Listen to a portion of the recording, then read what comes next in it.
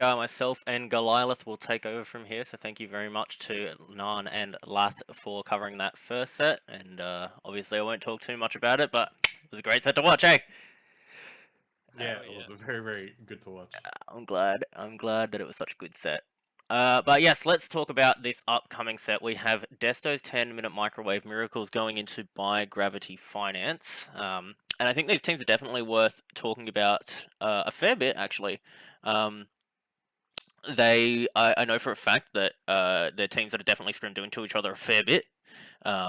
They've both been getting a lot of practice into each other, and I'm really excited for this matchup. What do you reckon, Gal? Who do you think is probably? Or sorry, what lane are you most excited to watch between these two teams? I am very, very interested in the role lane. I want to see Vintage on something spicy this week. Mhm. But yeah, the mid lane is going to be the one that I'm going to be looking at. Just seeing who plays what in the mid lane. If it's going to be like pressure in the ADC or just the mage. Yep. That's what I really want to see, and just controlling the pressure. Alright, well, let's have a quick look over this Desto's 10-minute microwave squad. We have a Young Legs in the solo lane, Unga Instinct in jungle, Vintage Cow in mid, Destinate in support, and Snowy in ADC. And I think having talked about this team a fair bit in the past, it's pretty obvious that there's some very, very strong returning players on this team. In the last few weeks, they've really turned up and shown how strong they are now that they're back inside of the meta. What do you reckon about some of these players, Gal? Yeah, very, very good players. Young Legs, second best solo laner on the tier list. Sorry, just had to say it. Hunger Instincts, we've seen him play. I haven't really seen him too much, honestly. I think he's kind of newish, but not really new. I don't know. He's not like what's the word I'm trying to say? He's not an oldie, I should say. Fidget Cow, Destinate, old players have been playing the game for a very long time. And Snowy also had been playing the game for a very long time, so yeah, Yeah, very, Unga very experienced players. Unga's certainly a strong and experienced player, but hasn't quite been rolled out of the nursing home in a wheelchair like some of these other guys for sure. Yes, yeah, Um, definitely. all right, well, let's bring in our first interview of the night, our dear friend Young Legs, to have a chat with us about this team. Young Legs, welcome. Hello. Hello. Tell us a little bit about how your team are going at the moment. I know you've been doing a lot of scrims. How's the synergy? How's the team? Yeah. Oh yeah, we're great. It's just every scrim is just straight banter, really. I mean, Just absolutely digging into each other most of the time. you love to see that. The question that I have for you, obviously, Desto and mostly Desto actually coming back kind of out of retirement. How's he been sort of adapting at the moment to the meta and the team and that? Yeah, he's been picking up a lot more and getting way back into Smite lately. Yep. Which I love to see. New news for tonight: Desto has got a new and fresh computer. I know, big so I've news. Which heard. is huge. That's huge. He's about to get. Oh, he's gonna be so OP tonight. Who knows how he'll go? Yeah. Oof, I'm actually a bit scared. Well, that's exciting, and obviously, I don't want you to give away too many of your strats. But for you personally, having moved from ADC last season to solo this season, how's that transition been going?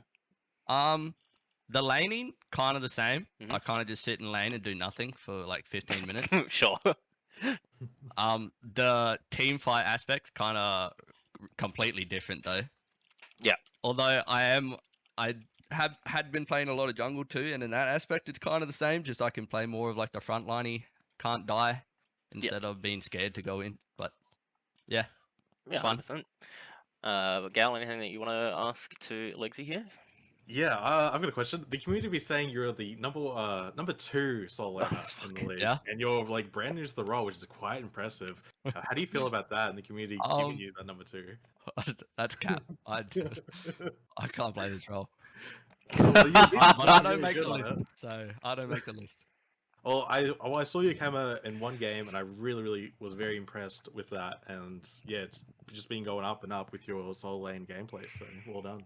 Yeah, I love running. I just love running it to squishies. Yeah. After Beautiful. 20 minutes. All right. Thank you very much for joining us, Legs, and good luck All with your good. set. Thanks Oh, for actually, getting me. one more thing. Yes. Prediction for tonight. What's the score going to be? Who's going to take the set? 2-0, easy. 2-0 for you guys? Mhm. All right. Well, good luck and see you later. shot.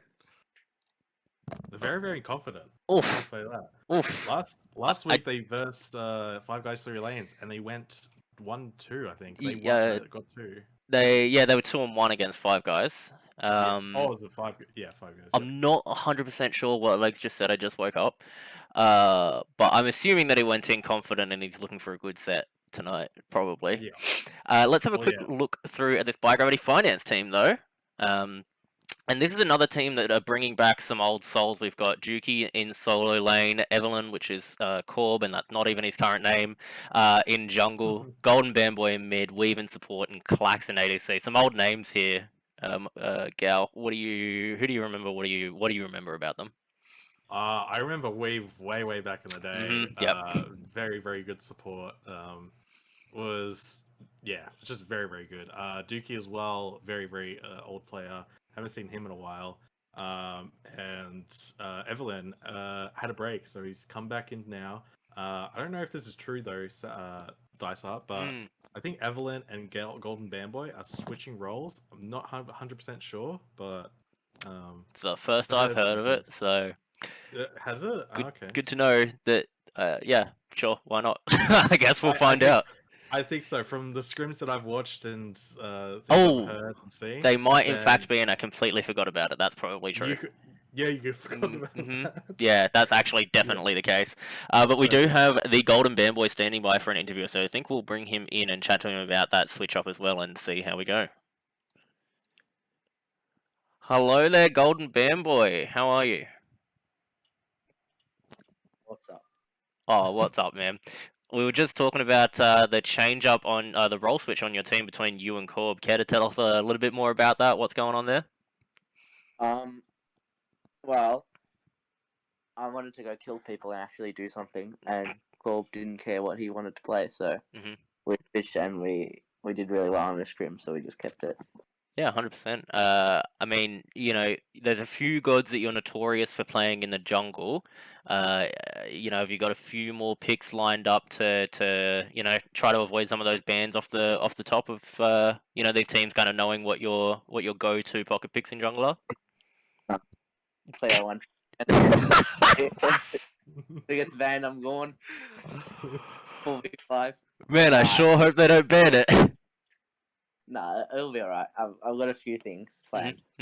Well, that's good. And how's the team going at the moment? Obviously, you've got Corb in. I can imagine he's quite a vocal player alongside Weave. Who are they both doing a lot of shot calling together? Yeah. Yeah. They're calling a lot of shit. We're trying a lot of new shit in scrims as well. Excellent to hear. Yeah. Dookie's going off his nut. He's actually insane at the game. Don't put him on his signature gods, bro. Well, I'm not gonna ask you to spoil what those are. I'm sure that we'll see some of them coming out tonight. But Juki, absolutely a strong player. He's a man. That's all I learned. He's a madman. And I've heard that potentially someone might be coming into sub for this set instead of Juki though. So that might be a bit of a nerf for you guys. Yeah. Oh no, not anymore. I think he's coming though. Okay, that's good. It might be later. Gal, anything you want to ask to Golden Bamboy here? Yeah, I'll say something. With your switch into jungle, are you trying to expand your gold pool, or are you just gonna stick with the just the Cleo and a few other? Yeah, it's like just trying to learn a new role, I guess. I've basically played nothing but it in casuals. Yeah. So I'm familiar with how to play it. Yeah, it's about getting it to a comp level before I can play it in an actual set. Yeah, and that's the main thing. You just want to learn the role and then expand your gold pool afterwards, because you don't want to ruin the your team's jungle and feed. So I've got 5 gods. Okay, they're not gonna fully. 5 gods is enough. That's all you need. You're playing a max of 3, so 5's good. Alright, Golden Bamboy, thank you very much for joining us. Good luck, and I'll ask you the same question. Which team has taken this set, and what's the scoreline going to be at the end? Depends if Clax trolls. Sure. Well, if he off, we win. Fair enough. Alright, well, good luck with your set, and see you later. Thank you for joining us. Thanks. See ya. Oh, well, there you go. That was Golden Bamboy, and obviously the role swap up there. So what we've got on our graphic here is not 100% correct, but yeah, obviously both teams pretty confident going into this one, and Golden Bamboy clearly has been screwing a lot with his team at the moment, and they're adapting to the changes. Yeah, lots of scrims out of those boys, just wanting to get the role swap that they had perfect for this week and this game. So it's going to be very interesting. Golden Ben Boy, we've seen him in the casuals running it down in the jungle, and we have seen Core play mid before, I think, maybe on another team, but it's going to be very interesting to see how they play. And I think Corb is a real loud speaker, and he likes to control the game. So now he's in mid. It's going to be a bit weird or a bit strange to hear you mid laner talk a bit more. So hopefully Bandboy can give his voice out and his opinion when he's in the jungle. Yeah, absolutely. I would like to see him being able to adapt to that sort of louder speaking role and work well with Weave around that. I think a lot of us know from experience that when you do lane swap from a more or from the lane that you shot call most frequently from solo or jungle or support into a carry role, it becomes very, very difficult to continue to shot call in that carry role. So it might be something that's a little bit difficult for Corb to adapt to as well. Yeah, I've had a lot of experience with that on a previous team, and I could not speak when I was in a carry role. So it's going to be very hard for Corb. If he does both, I will be very, very impressed. But yeah, it's going to be very, very interesting to see. And we've seen a lot of teams being role swapping, and I think it's just to freshen up the team or just to get a better edge on their games. So it's very, very interesting to see these role swaps, but it does seem to be working out. Five Guys 3 Lanes had a role swap, and they got a game off Desto's 10-minute microwave miracle. So yeah, we'll have to see if By Gravity Finance can take a game off them. Absolutely. Now, I don't imagine it'll be too long before we get into picks and bans, although I think some of these teams are a little bit late. Late? DQ them! Yeah, DQ. It is only 2 minutes after the set was meant to start, so I'm not too concerned about that. That's not bad. We did, however, get the opinions of both teams on who they thought was going to win the set and what the scoreline was going to be. What do you think, Gal? I have to go with Golden Bad Boy. If Klax trolls, then they lose. But if Klax doesn't troll, then they have a really, really good advantage. Sure. Over Desto's 10-minute microwave miracles. But just by looking at these two teams, I think Desto have the better edge.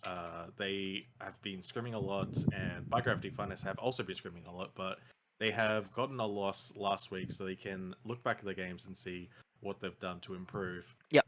So I mean, think they're gonna have the better edge of the sword. Yeah, fair enough. I think what was I going to say? That this set is probably going to show us exactly where this top half of the bracket probably lies.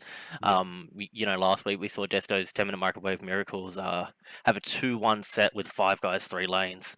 So seeing how they play into By Gravity, I think, is really going to define the top half of the bracket nicely. So pressure's probably on both of these teams to push themselves into that top half where they want to sit. So very interested to see how that plays out for sure. Yeah, and like I said before that, I'm really looking forward to this mid lane. Like Evelyn on the mid now, and we have Vintage, who has always been on the mid for Desto, 10 microwave miracles. Yep. I just want to see if they bring out something spicy. We haven't seen Evelyn play mid, and I don't know. I don't even know what he plays. I wonder if he will play mage or if he'll play an ADC with pressure. It's gonna be very, very interesting to see.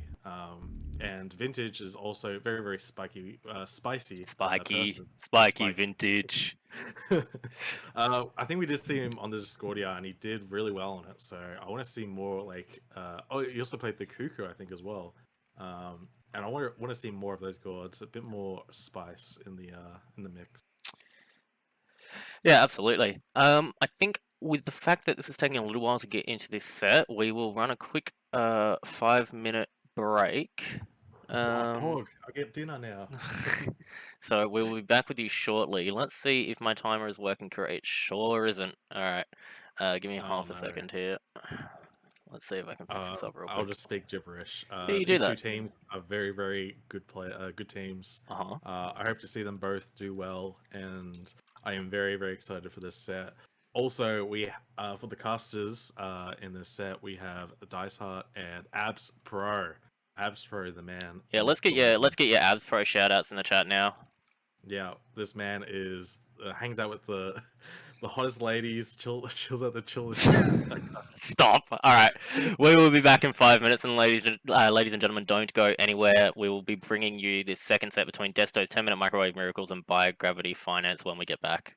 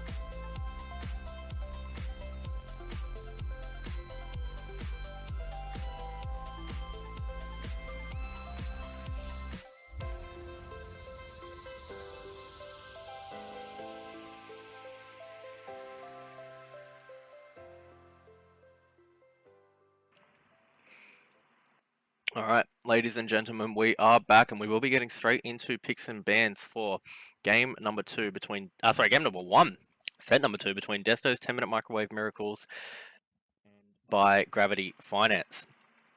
So, let's get into it. Do I have Goliath here still? Mhm. Cool. Well, I'm still dice up. This is still Goliath. Hello, sorry, I had a bit of meat in my mouth. Yeah, man. First ban coming out of Desto's 10-minute microwave miracles. There goes that cleaner, and I mean, we knew it was coming, right? Yeah, Golden Band Boy literally only plays one god, and that is Cleo, so pretty pretty reasonable ban. Yeah, pretty much what you'd expect there. Freya on the other side for By Gravity, obviously still valuing that pick. The magical ADC is still quite strong at the moment. Yeah, OC 50-50 on the Freya. Some people don't like to ban her, some people don't think she's very good, some people think she is worth a ban, and some people think she is very, very good, so... What do you it think that depends on is? what team. I think it's just her snowball is just really good in the late game, but if the team knows how to kill her and to shut her down, then it's pretty easy to stop her. Mm-hmm. But yeah, As some we people see, are just worried about it. Chernobog ban now as well by Gravity Finance here, and absolutely a top pick ban. I think Chernobog Yep. just has such good rotation. He did receive a nerf recently to his mitigations when he lands out of that ultimate, but probably not enough to take him completely out of the meta. Nah, the Chernobyl is just really, really good going across the map, just whenever you feel like, and instantly going there as well. Like most other gods, you have to wait a while, but he can just go up and go instantly over there. So Absolutely.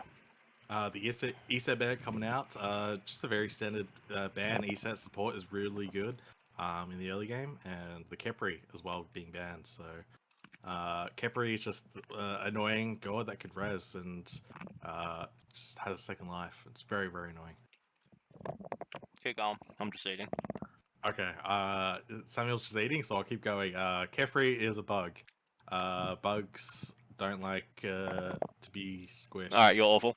Yeah, Kepri Sorry. definitely the top support at the moment. Alongside probably Emoja. I think Yep. that's the case in OCE. We see those guys being banned out pretty consistently. Yeah, we have Emoja players on the OCL as well, so it's always going to be banned or looked at. So, we have someone in here who's a Emoja main. So, Man, who could that be? Yeah, I wonder. Obviously me. Yeah, obviously you. Yeah, the Nemesis ban coming out. Nemesis really, really strong. Just dominates the game with the health that is being changed this season, I think. Or I don't know. So whenever the health changes happen, Nemesis went up with the ult and just very, very strong with Golden Blade as well.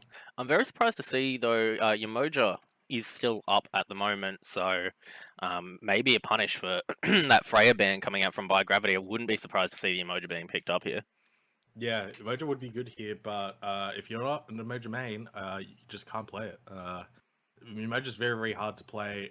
You got to play it correctly. If not, then it's just really, really bad. But we're looking at the Horus being hovered here. Horus has been going up there lately, going up in the pick rate. So very, very good to see. I like the Horus. Yeah, I'm surprised that it's not a Yamoja there, but maybe maybe not a pick for Desto. Horus we've seen do really, really well in solo and in support as well. So yep, and it is locked in. So potentially a really, really strong pick for Desto's 10-minute microwave miracles here. Yeah, Horus is super, super good pressure in the early game. Has the stun, the knock up, and can easily get the first blood. And late game, it's not too bad as well. The Horus Soul is the one thing that people struggle on, how to really run with it and how to use it properly. Yep. But yeah, just overall, Horus is really good. But the Oleron Sobek being hovered by Gravity Finance. Yeah, sorry. Okay. I like the Oleron, and taking away the Sobek alongside the Oleron is probably really smart. Sobek's probably one of the better supports to pick into the Oleron, having that CC immune ult. We've seen Oleron do so well though, and specifically being played against Snowy, it did quite well as well into that 1v1. So, I completely forgot about that. Yeah, that's Snowy's weakness. Oh my god, that's Snowy's weakness. They've done it. Oh my god. if he gets solid by the Oleron again, that's his weakness. That's Confirmed. kryptonite. Absolutely confirmed. But yeah, Oleron being played a lot. It's like Freya's banned, but now Oleron's like the one that's being played a lot. And Oleron's really, really good into a lot of gods. So Yeah, um, it could just be a matter of you flavor know, of the month. a flavor of the month, as well as like the Oleron plays pretty decently into the Freya, as we saw. She's her ult. The shots that come out of her ult are quite slowed inside of that sanctified fields, so it Yeah. might just be in response to the excitement of the Freya picks that were coming out for a bit there. Yeah, definitely. Yeah, not much else can be said. The Sobek is just good good pressure as well. Sobek very annoying with the pluck and can easily escape out with his ult. Yeah, The for sure. projections he gives as well to himself, not give to anyone else. But we have the Atlas being locked in. Wow. Is that an Atlas Solar or a support? That's weird. It's not the Being picked. first time we've seen it either, and it did play solo last time it was played. Yeah. Very, very interesting. I don't think I would have picked up the Atlas here because you kind of just think the Horus is going to go support. So picking up the Atlas here, you kind of just show your hand, but they pick up the Jingwei as well and they lock it in. Yeah, Jingwei very, very safe, and into Oleron, I think it's a really, really good matchup. Jingwei just really strong pick at the moment as well for ADCs, and does play quite decently into that Oleron as well. You do have the ability to get out of his ult quite nicely and a lot of maneuverability around fights as well. So probably a very strong pick. I think the only issue with it is, I mean, you can counter build it pretty decently if you get spectral armor. So Yeah, and Spectral Armor is probably going to be picked up here because Jingwei is just really, really like inbuilt crit and loves to build the crit item. for So, sure, for sure. But Kali being hovered, Kali I do like here. Kali is just throwing it down God. Can just, it's just a good God in my opinion. Like the items really work for her this season, this patch. So How do you think it plays into having the Oleron with you? Like, sorry, as a partner. Fuck, I can't even talk today. How do you think it plays on the same team as an Oleron? Is what I'm trying to say.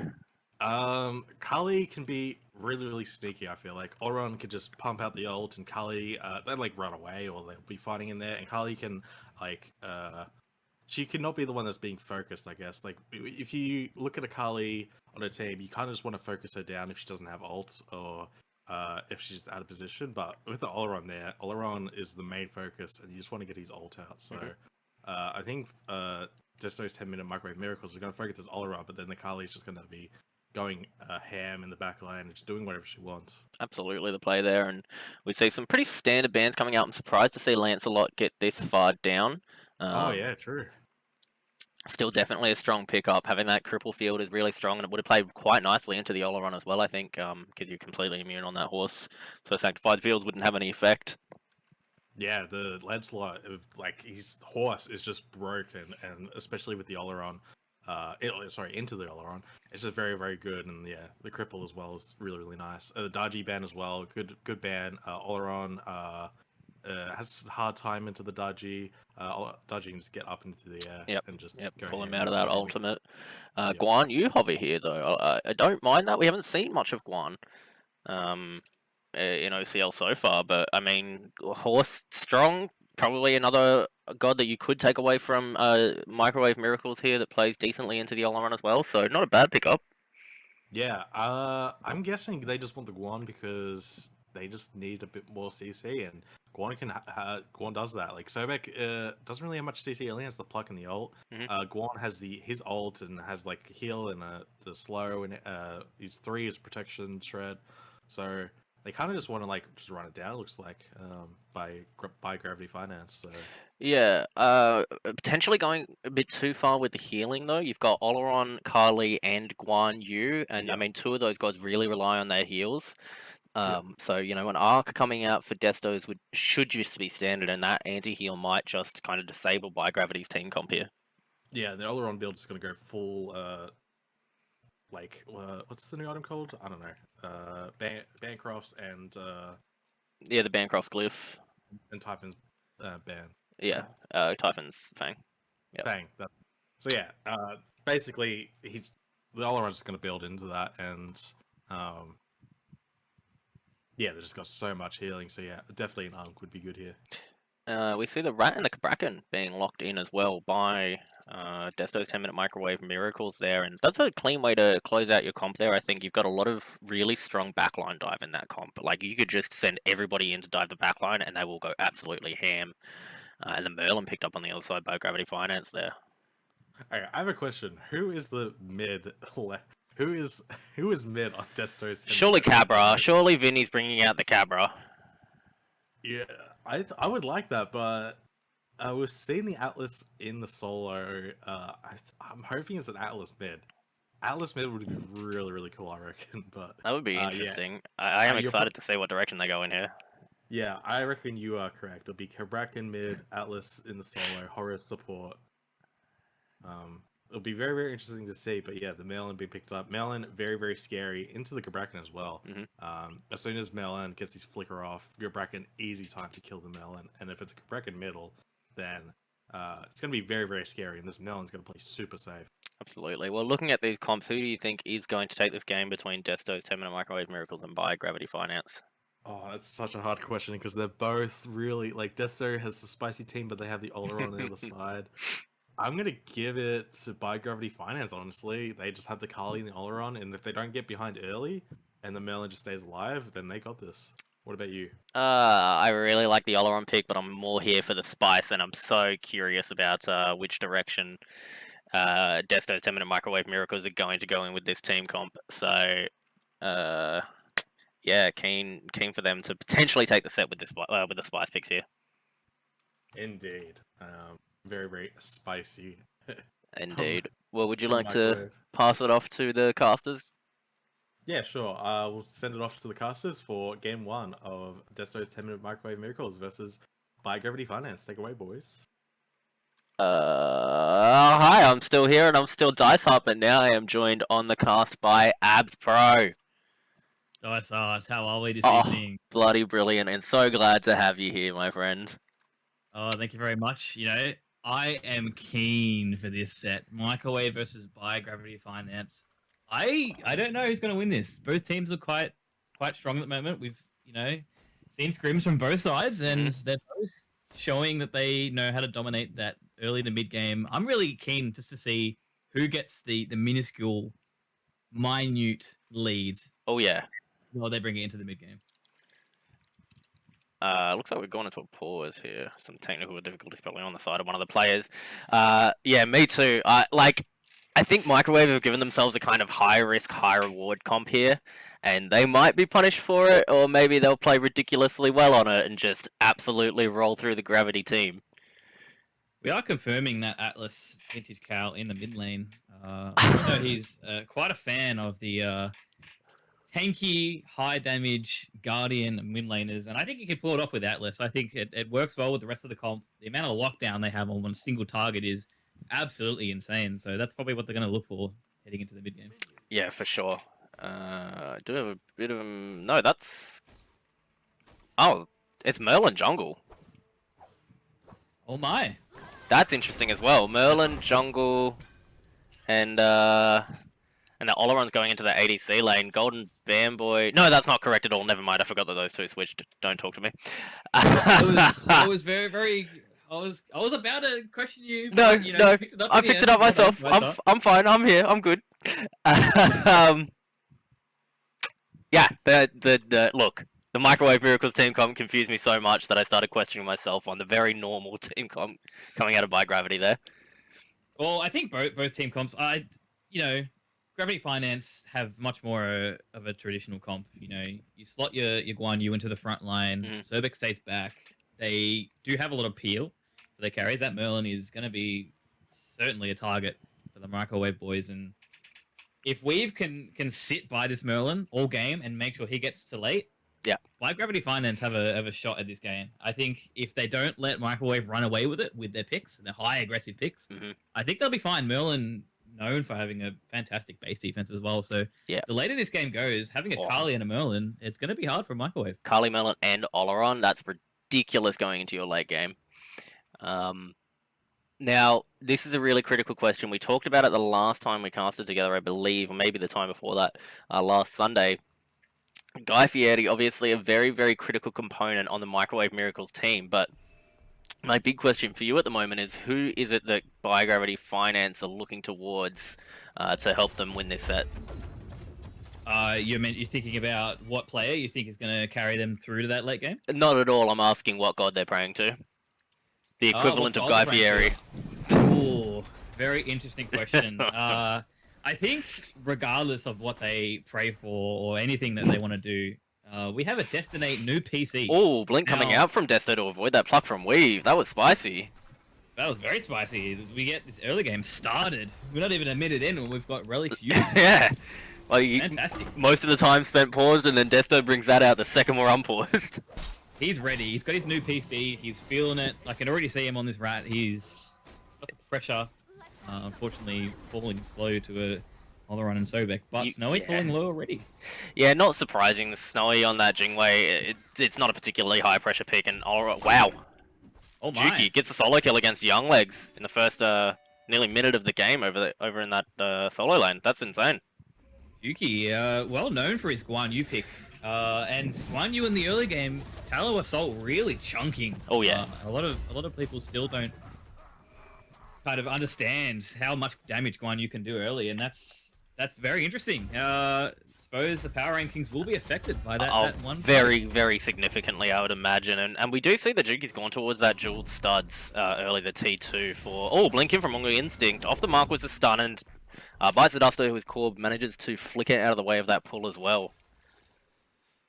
Like Gravity already having an 800 gold lead thanks to that first blood. Young Legs picking up that tier 2 bauble. Yeah, I was just about to ask you about that. What do you think of that pickup there? I can get around it. I'm not particularly a fan. I suggest building it after a starter item. I think the starter items are just that strong in the early game. The starter items for a reason, right? And yeah. Especially into a Guan Yu, having the sustain or anything just to help you against Tallow Assault is going to help you through that early game where Guan Yu really hurts using Tallow Assault. Yeah, 100%. Yeah, I mean, you're getting so much value out of that Tallow Assault there. You need something, some kind of buffer, maybe even some health, because obviously it's a prot shred ability. So yeah, you know, a bit scary. Horus being a good god to be able to at least stop the Tallow Assault, but in the early game, you're still going to take damage from those minions, and having a starter item is only going to help you out there. So absolutely. I'm not saying that Young Legs isn't going to be able to carry this game, because we have seen what he's able to do in these late game team fights, driving the backline, and I can just see it on the Horus, getting his team in there and really just diving and maybe getting to that Merlin where the rest of the team's going to have to struggle. And I think it's going to be okay once he gets through laning phase. Yeah, 100%. We do see Vintage just absolutely zoning Corb out of this mid-wave at the moment on the Atlas, and I mean, the pressure that this god is currently putting out is just insane. So much damage on Guardians right now, and having that Fighter's Mask first item, just so much kill potential in lane at the moment. No matter what stage of the game, Guardians, if you see him with a red buff, you're running away from that. Oh, yeah, every day of the week. They're scaling on their abilities because Guardians are always building, you know, your high defense, high protection. You never really get to see their scaling in these games. So when they actually build attack power, they're quite scary. And with a red buff, it's even more so. Decent bit of damage coming out from Desto here. He has built the full prot, rat. So I don't expect him to be able to do too much to Clax, but a bit of poke is probably what you need to get Snowy into a decent position in this lane right now. Not let him get too far behind. Definitely, you don't want Snowy to get behind too far. Destinate, obviously, being his support, being able to help him out there. Aggression in this lane. Destinate really want to put the pressure on Snowy, getting that level 5, ready to start going in as they do. Clax has Sun-25 Fields available, and that pluck is going to get him right next to the tower. I'm very surprised that Clax didn't ult in response to that. No beads on the right. Could have been the first kill for the second kill, in fact, for by Gravity over in this lane though. Bit of patience for Clax there. Very, very good. As Unga Instinct falling low in mid. Low health. He has been slow, but a nice bit of peel coming out from Vintage isn't going to connect, and a blink coming out from both sides. Unga Instinct just barely gets under that tower though. Wow, the chase was on. Walking on a tightrope, these two gods. Wow, very well done by Vintage to try and throw some support out there. Destinate falling low, getting the purple buff as they do. Look at this little play on the purple buff. Snowy actually in danger. Blocked. But thankfully, Jingwei, very safe god and obviously able to dash out of knock-ups. But that looked like a speed invade coming out from Golden Bamboy there, and he is able to successfully take the speed away from Unga Instinct, and now looking towards this blue buff invade as well. Wow, fantastic play from By Gravity Finance. Just understanding, I do got to give credit to Bandboy there, knowing that the Cabrakan has to fall back. Hunger Instinct backing the base. Bandboy just going straight for the speed, and maybe this transition into the jungle is really going to help out this team. They've had some good success and they've had some losses, so they are right in the middle of the ladder. Absolutely. As we see stun coming out into Bamboy. Desto in the area. He's going to dash towards this Carly. Gets the stun off himself. Oh, the Cabrakan ult just off the mark. Instead, traps Desto inside of those walls. Just a little bit of skirmishing around this Scorpion here. Unfortunate. It would have been a fantastic place to grab Bamboy. I don't know if he would have died, but he would have been in trouble. For sure. And I mean, that's exactly where you kind of want to put that pressure on in the early. You kind of, at that 5 to 6 minute mark, really want to secure the Scorpion, sorry. It's just such a strong power spike to be able to have for your team to buff up your camps in this early game. Oh, for sure. And, being OCE, we are getting much better. Up in the air, drops down on the Juki, forces the horse out of him, is able to get underneath his tower here safely. You reckon that's a wasted rat ult, or is that enough pressure to kind of keep legs out of danger for now? You're a support rat. I don't think you're ulting for kills. You're ulting to see what you can find. Getting a Guan Yu ult means potentially another easy gank for the Bracken to come over, and once that wall's down, he's not really getting out. Not with a horse. Completely agree with you. Not without a horse. He does need that horse. Desto, I think, absolutely making the right play there. See what you can force out across the map. But on the other side, Weave makes a very good play of his own, milking pretty hard there. And now the cup control pretty heavily in favor of Microwave at the moment. By Gravity at the moment. By Gravity, understanding the nature of these Gargantuan Gus. Oh, Gargantuan Gus. Lead on their what's it called? What is the this here totem? Obelisk. I'm hoping. Oh, I need to get my knowledge up of the really hope it's still called that. I believe you are correct. Purple invade. Sorry. Oh, secured by Weave and Clax there. I thought Desto might have picked that one up there.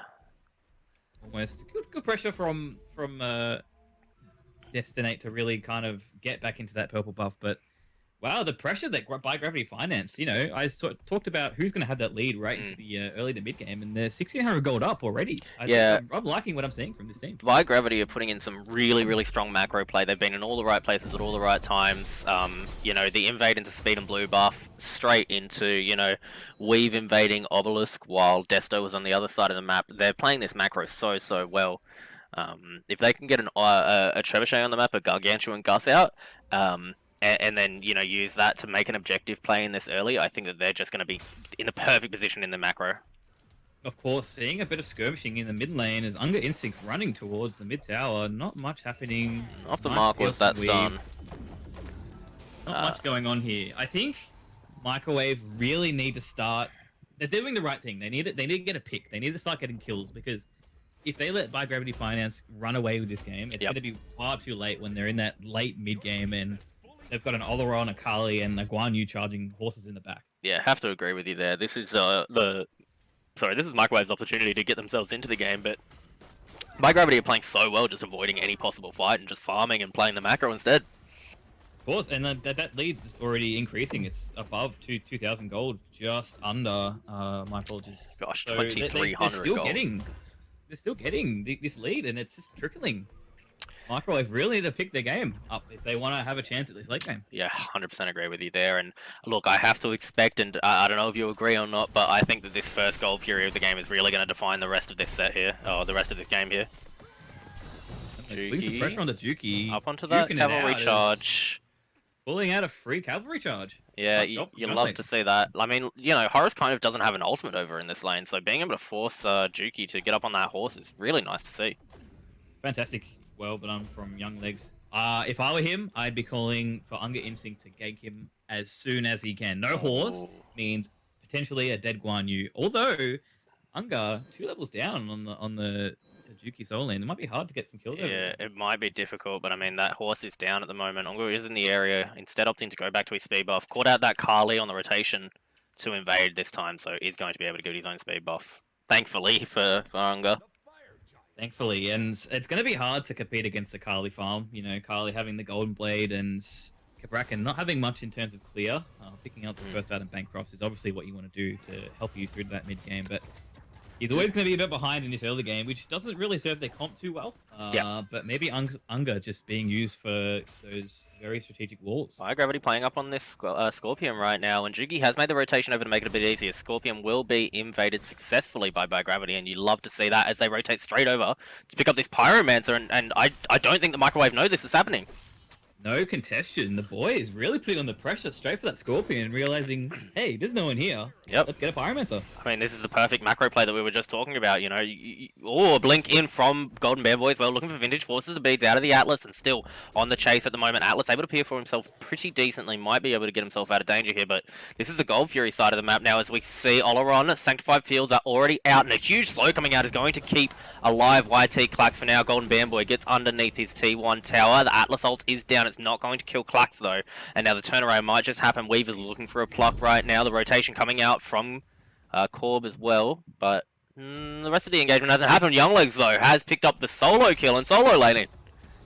Turned it around. Well done from Younglegs. Coming down from an ahead Guan Yu. To be able to get a solo kill is fantastic, and once again affecting the power rankings. Oh yeah, the power rankings are going to go back and forth a fair bit tonight, and I would not want to be sleepy going back over these sets.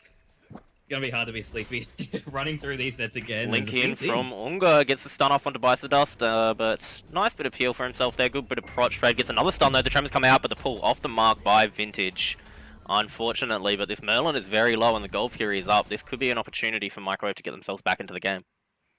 Definitely, they used a lot of ults in that left team fight. Credit due to YT Flex to be able to throw out that ult and kind of push back what Microwave were putting on the map.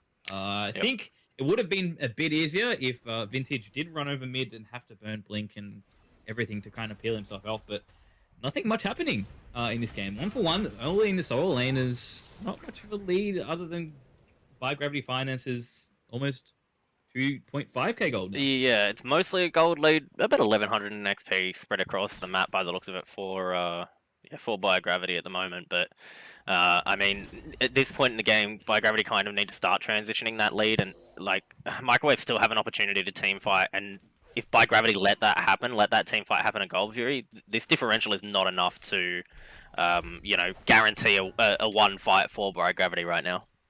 I'm gonna sound like a broken record. If Microwave can really start getting these kills online, then Biogravity will be in trouble. Is if nothing really happens, Gravity Finance, I'm just still looking at their picks, knowing that they go into a late game feeling so confident with their strong. picks. Absolutely. So we see Desto now aggressing onto Weave. I don't see anything really coming out of this, but maybe trying to create some space around this Gold Fury so that Biogravity can't get it for free, although there is a Kali around this corner. Just farming up though at the moment. Yeah, getting some farm, you got to get it. Nice steal from Bandboy. I think he's actually transitioning really well into this jungle role. He's played quite well. He's stealing that speed buff earlier, straight into the blue buff. Yeah. He knows where he's supposed to walk, where he's supposed to be. Even picking up that red buff quite well for his team. Is a bit of a skirmish around the Gold Fury pit. No, nothing going on. Nothing going on apparently. Although we do see maybe Desto caught a little bit out of position here. He's going to walk away from that Kali pretty comfortably. I mean, this is what happens though, right? Like you ban the cleaner, that's a good start. Now just ban, the other two gods away from Golden Bandboy and you'll be fine, surely. Right? Just ban the Kali. Of course, yeah. No, banning the clear is, one of Bandboy's favorite picks, and getting it out of the way, fantastic for Microwave. I do want to point out that both teams actually played picks and bans very well. Getting their tanks is early. Yep. Is very important, and both teams got that online quite early, picking high priority picks that can be in different lanes. Yep. Both teams really showing that they can play some 4D chess and picks and bans. I do love 4D chess and picks and bans, and having that flexibility, between picks and where they could possibly go. I mean, it just makes picks and bans such a nightmare when you're on the other side of that. Absolutely. Hard to play into from both teams is by Gravity Finance. The lead is only climbing 2.5. Unga has blinked in, looking for Dust once more. Might not be able to connect the ultimate. Vintage Cow though going in, and looks like the Kraken ultimate is going to connect now. The Atlas ultimate on the ground, but Desto's here and he's managed to get his own ult down. He's off the tree, and Unga now being turned around on Golden Bamboy. He's looking for the skill. Does manage to get into his own ult. Forced into the Aegis is Vintage Cow. Gets under his tower, but that's a pick for Golden Bamboy, and you love to be this Kale right now. Fantastic turnaround for Bandboy. They did get bites to Desto's both relic speeds, Aegis used, I believe, and he's going to be looked at in these next team fights. Oh, Sure. 100% he will be, as we see Snowy now falling low to YT Clax. He does not like playing into this Oleron, although Jingwei doesn't play great into the early game regardless. Unfortunate. Freya obviously having quite the players. Ooh, by Gravity looking to pick up this Gold Fury. No one around. Desto has cancelled his back. He's in the area. Gold Fury already down to half health. It's going to be hard for a rat to steal this. Atlas ult not available either. He's going to dash towards this area. Golden Bamboy zoning on the Carly. Might not be the call though. Sanctified Fields come out and Gravity Finance will secure the Gold Fury in the back line. Carly doing a bit of damage. It's going to get out and that's a free secure on the Gold Fury. Well played by Gravity. Very well played. Putting on the pressure where they need to. This lead is climbing. I'm getting worried for Microwave. Guy Fieri really needs to step in and put in some work. Yeah, The lead is just getting longer.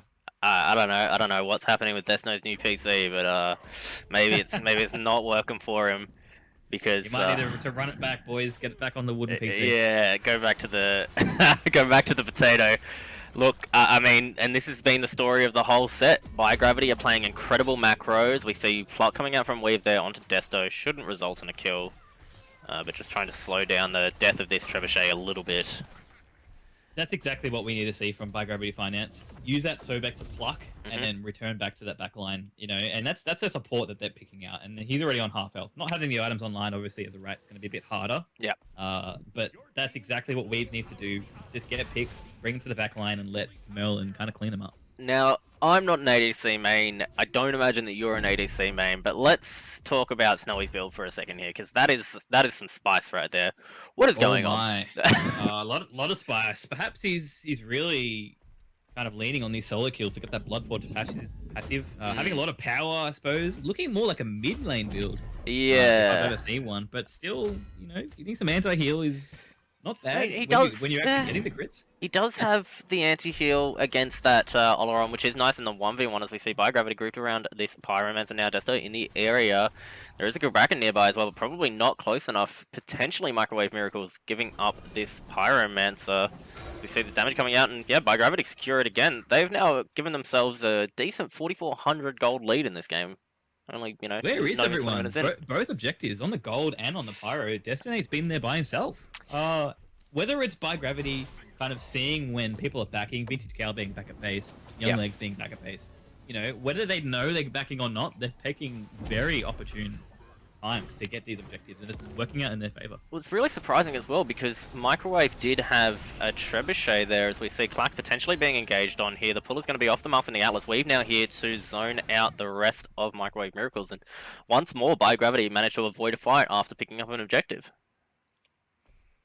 Seeing the level differences here, Young Legs got 1 level up, Bandboy 2 levels up. There is a slight XP lead for Vintage in that mid lane, maybe just opting into farm, 2 levels down for Destiny on the Rat, but a level ahead for Klax and ADC. So both teams having a bit of an advantage up and down in their roles. Yeah, the side lanes kind of, you know, it's not too bad. You kind of expect whoever's going to have more pressure as Juki gets up into that cavalry charge.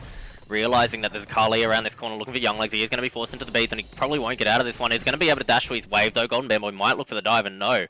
Not opting to look for that one. Called out with rotation from Runga Instinct, likely by a Weave there.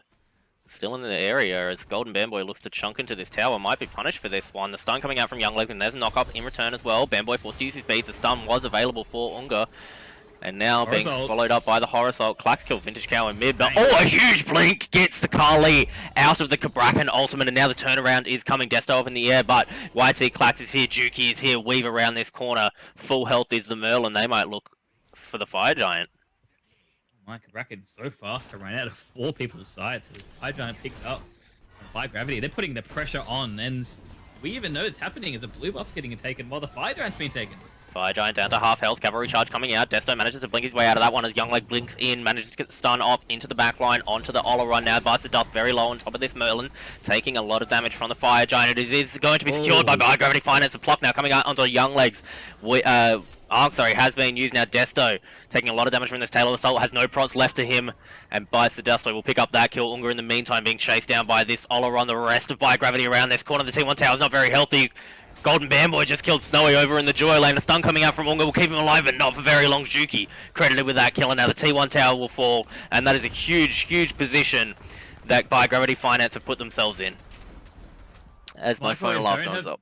Sorry. many more. No worries. They don't have many more opportunities to get themselves back in this game. Fire Giant taken 20 minutes in. My apologies. Is almost a 10k lead for By Gravity. 20 minutes in.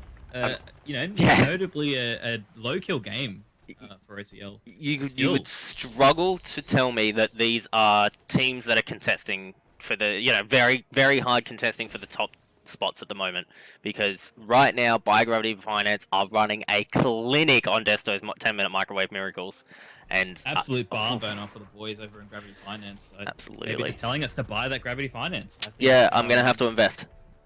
Gonna have to invest. If they're showing such a fantastic, beautiful macro play, I think I'm gonna have to invest. That's how it has to be. Yeah, absolutely. I mean, I'm gonna have to invest. As we see the grouping from By Gravity coming around to this Oni Fury. Golden Bamboy charging that back, channeling the back, sorry. Potentially looking to finish out an item, while the rest of his team finish off this Gold Fury. Probably needs that gold, right? Oh. Just a little bit. Oh, as it goes down to By Gravity Finance. Commitment that Carly, sorry, my. Sorry Lost about my word, tripped over my words there. My apologies. As Golden Bandboy has in his team then, just to be able to back while his team are taking Gold Fury with no pressure from Microwave. Yeah, absolutely. Look, I think Microwave went for a bit of a comp here that they really wanted to capitalize on in the early game, and unfortunately they just weren't able to. And now we're in that end game when By Gravity Finance can do whatever they want with an Oleron, a Carly, and a Merlin. Yeah. Use buttons. You are in a terrifying place at the moment if you're playing on 10-minute microwave miracles. You're now looking to potentially try and defend this T2 tower. You've got a kind of mid-game Jingwei at the moment, not quite built perfectly for the late game without a Deathbringer available. So, and you're playing into a very strong late game comp coming out of By Gravity Finance. I don't know. What do you do in this scenario if you're microwave miracles? You're gonna have to just sit under your Phoenix and not die. Just try and get as much damage as you can. It's a hard one. He is going to get up into that cavalry charge hard in the backline. Vintage took a little bit of damage to that one, but the T2 tower is going to fall. And we saw in the meantime this Carly split pushing the whole time. There is a rat in the air at the moment, but I don't see him landing on anyone right now. Maybe onto Bamboy. They could look for an engagement, but the rest of By Gravity are around this corner now, potentially looking for the counter engage. There is a huge horror soul coming out from Young Legs into the backline, but instead opting to try and peel, and now Snowy, maybe the one out of position. A nice bit of peel coming out from Vintage will create some space for his team. Now Weave, though, deep. Sorry, after that ultimate, looking for a pluck at the moment. He's going to manage to get it off onto Young Legs, who isn't very tanky at this point. Sanctified Fields is big, but not big enough, potentially, and a huge pull there coming out from the Atlas. Vintage Cow and our Golden Bamboy deep in the backline by himself. He's going to get stunned out inside of that ultimate. Juki getting a lot of prot trade off, but Unga Instinct is going to pick up the kill onto Golden Bamboy, and now Juki trapped between two Phoenixes. Potentially Clax can get down this Phoenix with the low health bars. Aegis already forced out of Vintage Cow now. Bites the Desto being aggressed on Snowy. Very low on the backline as well. And right now as well we see Juki taking a lot of damage. Does get into the cavalry charge, but it won't be enough as Destinate now looking for the backline. YT Clax being aggressed on. He's going to get some poke off, but Weave falling very low. And that was a very comfortable defense for Microwave Miracles. Take a break, Dysart. Very well casted. Oh, thanks. That was the never-ending team fight. That fight went from the good tier 2 over to the green buff, over to the Phoenix. Yeah. Oh my, there was a lot of things used. All ults down for By Gravity Finance. Horus still got his ult. It did get used over near that red buff, green buff. Showing its cooldown, really coming through. Wow, okay. We saw that Microwave were able to kind of put a nice little defense on there. Bandboy going maybe a little bit too far, just in between the two Phoenixes. Probably what caused them to lose that push, but Microwave picking up this Pyromancer knowing that they have some time. I like this. This is definitely a good call. Get yourself the pressure around this Fire Giant. You've won a great fight in left lane.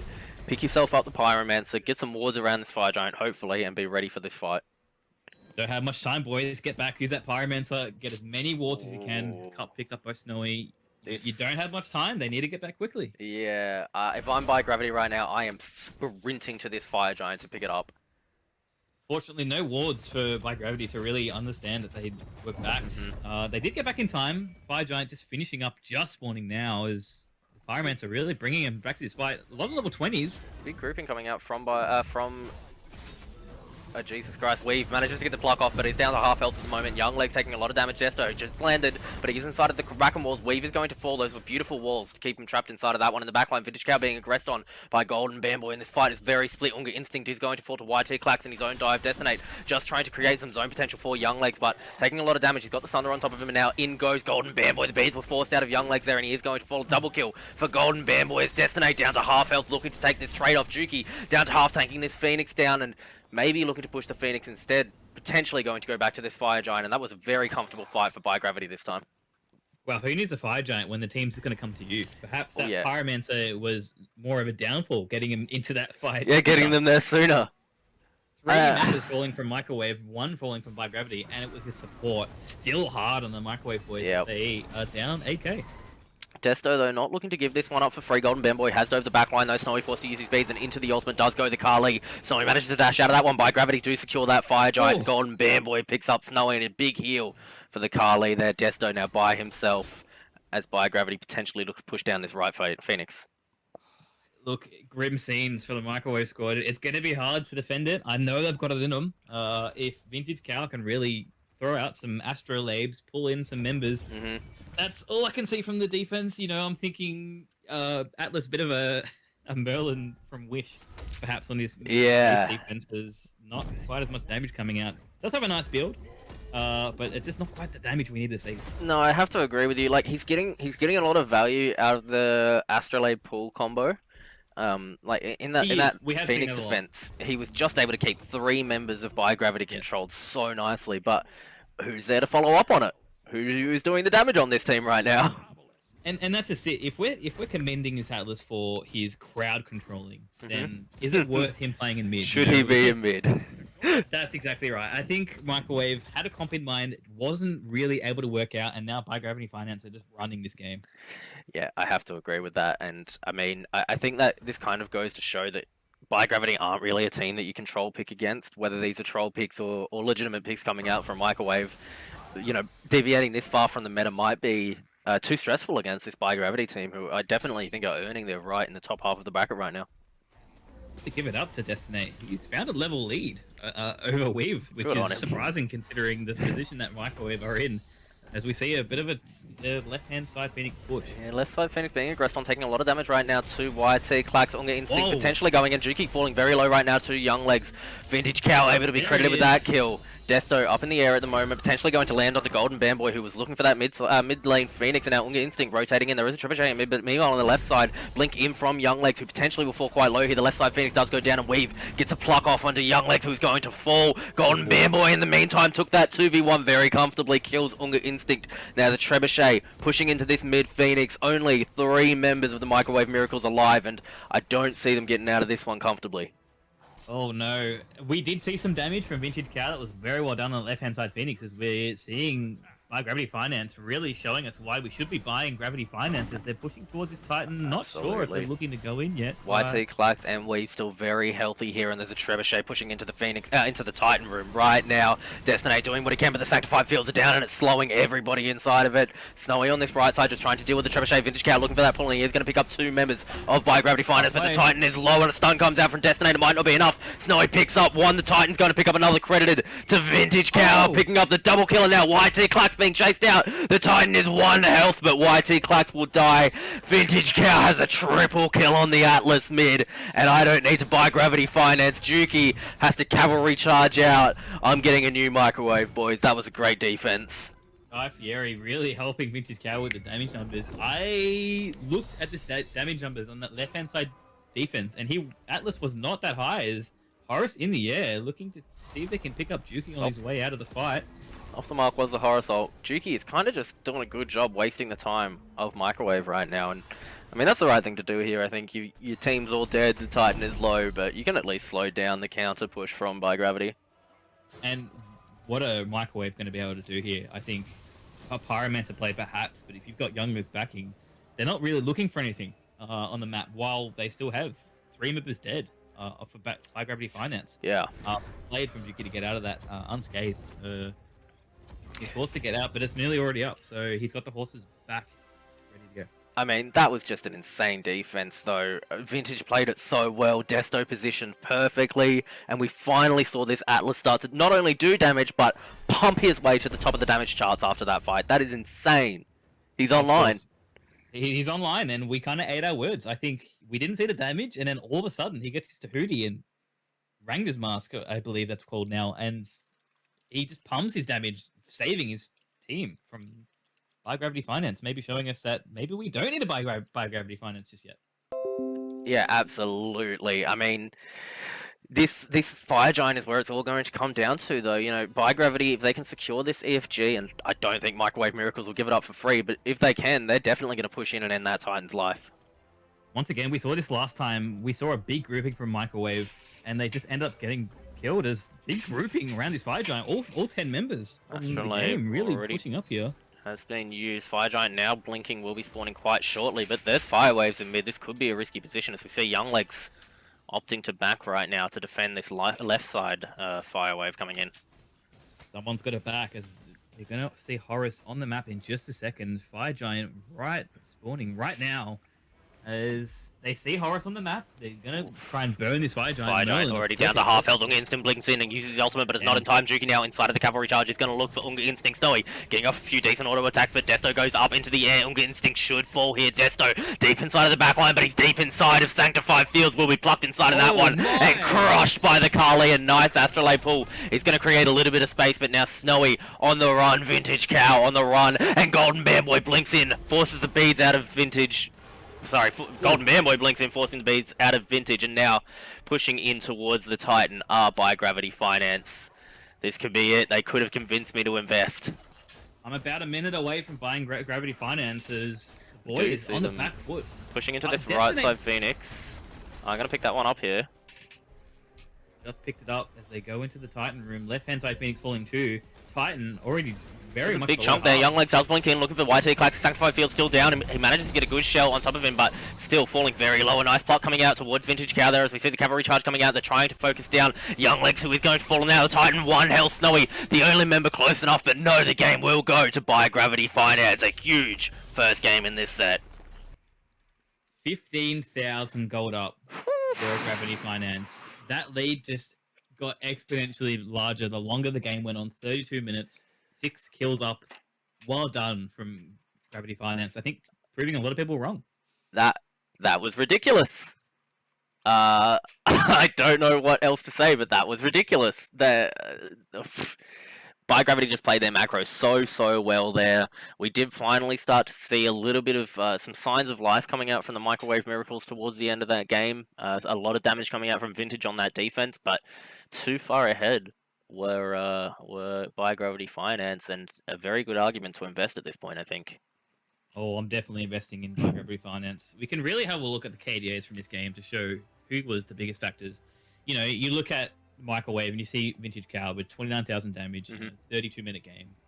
He really got their team to that late game. If he didn't have his damage that we kind of didn't see, if he didn't have that, the game would have been over a lot earlier as we kind of set our eyes over to the other side. Buy Gravity, Bandboy, 7-2. Not having as much damage as some of his team members, but being able to get those kills on the Kali is very important. Once again, well done from Buy Gravity Finance. I will be investing. Absolutely. All right, well, let's pass off to the analysts to break down that game and give us an idea of what they thought there. Take it away, Goliath, and still me, I guess. Hello, I am back. Very interesting game. Wow. I was completely wrong about where everyone was going on the Microwave team, but the boys from Buy Gravity Finance take game 1. Very interesting. How do you feel about this game, Samuel? How do you think on Golden Bear Boy on the Kali and Corb or Evelyn or what's his name now? Bites the Desto. How do you feel their role swap was in this game? Yeah, I think it had a huge impact on the game. Being able to chuck Golden Bandboy back into that jungle role, I think he feels more comfortable there, being able to play for the late game. Yep. I think Corb bites the dust, whatever you want to call him, on that in that mid lane, being able to sort of provide his presence and his team to his team from that mid position, and as a carry, clearly did a lot of work for them there as well. But I'm just so impressed by the macro play coming out from this team here. It could be the old men coming back that have provided a lot of macro knowledge. Not 100% sure exactly what it is, but that macro play during the early game was insanely good. Yeah, it was very, very good. Yeah, I definitely like the swap that they did. Evelyn as well, or Corb, was just in the mid lane and was just really, really safe and didn't die like as Golden Bamboy usually does in mid. I will say that he's done that before. But yeah, he was very, very safe. The only time he got caught out was once, and he got away, and his team rotated, and Golden Bamboy went after and got the kill. So it was very, very good play from Corp in the mid lane.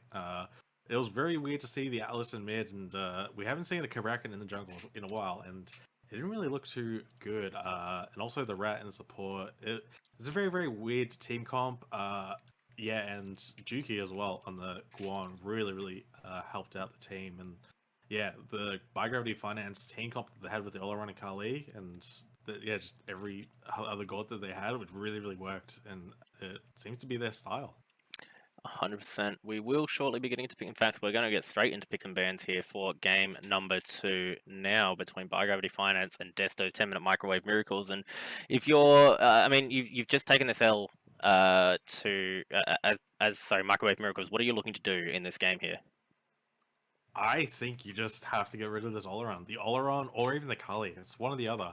The Kali was very, very strong, but I think you can shut the Kali down. But the Oleron as well was just very, very hard, and the Sanctified Fields was just so, so big on the Oleron, and sometimes would actually win them the game. Just one of those ults would just win. But I would like to see either one of those bans coming out by Microwave. We see the Channel being taken away first of all by Gravity Finance, and there goes that Oleron, in fact, by Desto's 10-minute microwave Good, miracles. A lot of good. respect to that pick. Yeah, I'm happy with that. The Kali wasn't that big of a problem, I feel like. It was very, very annoying to deal with, but the Oleron was just very, very hard to kill. It would change the fight, so I'm very, very happy with that ban. Yeah, have to agree with you, and I mean, we've seen that that pick just being so strong at the moment, and there goes the Nemesis as well from By Gravity Finance, another really strong pick right now. Yeah, Nemesis just standard ban, just very, very strong. I'm guessing that Microwave really, really like the Nem, so I think Unger Instinct does like to play it, and he's done very, very well on it. So yeah, it's just a good ban overall in general. Without a doubt, we also see the cleaner being removed once again by Desto's 10-minute microwave miracles, putting respect on Bamboy's god pool there, and definitely a smart ban, I think, to get rid of that one from him. Yeah, Claire just Golden Red I love to play it, and also Claire is just so annoying as well. Just goes into the wall, has the healing as well. Kind of need to build anti-heal against her, and yeah, she can easily ban objectives. So very, very annoying god to verse. Absolutely, as we see, my lord, not that. We have Kepri big ban by Gravity Finance. Just standard bans coming out by them. Yeah, the Kepri is just very, very annoying with the res, and it's just an OC standard ban. We just hate the bugs in Australia. We just want to ban them away. Yeah, have to agree with you there. And I mean, such a strong pickup that it is as well. Curious to see what direction now the first pick will be. A lot of open available gods at the moment. The Emoja are still up, but that is an Anher that's been hovered by Gravity Finance, and I don't know what the plan is. Is that a first pick on her? I hope that isn't, because there are so many other good gods I feel like that are available, like Lancelot or even a Cthulhu. I feel like Cthulhu is really good. They locked in on her. They locked in on her. And I'm they guessing that is going to be an on her ADC. I don't think it would go mid, but I think mid would be okay having that pressure.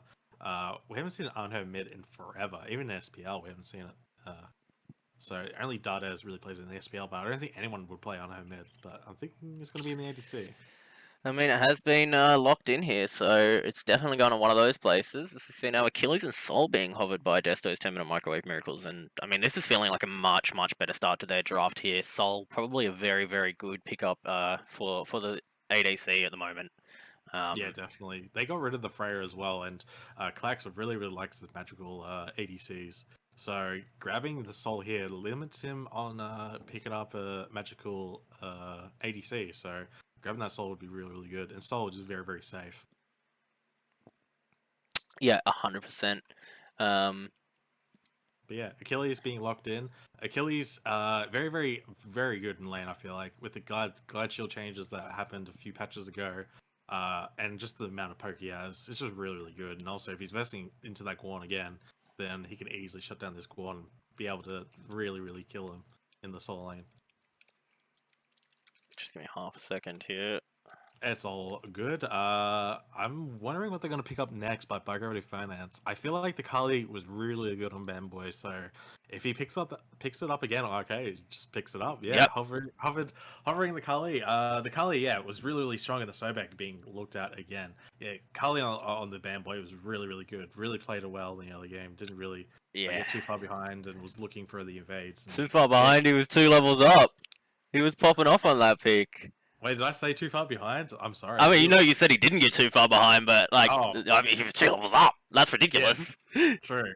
Yeah, very, very good. And then the late game was just running it down, just had the Quins and the hastened katana, and was just attaching himself onto people. But yeah, Kali and Sobek being locked in. How do you feel about running the Sobek again? I love it. It played really well. The pluck were fantastic. I mean, he was getting a lot of value out of the pluck into Sanctified Fields, which is obviously not an option at the moment. But, I mean, he's kind of, like, Weaver's kind of playing this Sobek in a way where you force people out of position so that Golden Bamboy had free reign of the backline on Desto's 2-minute microwave miracles. And I think that's the combo they're looking for. But maybe this Umoja hover is going to be the right call for Desto here.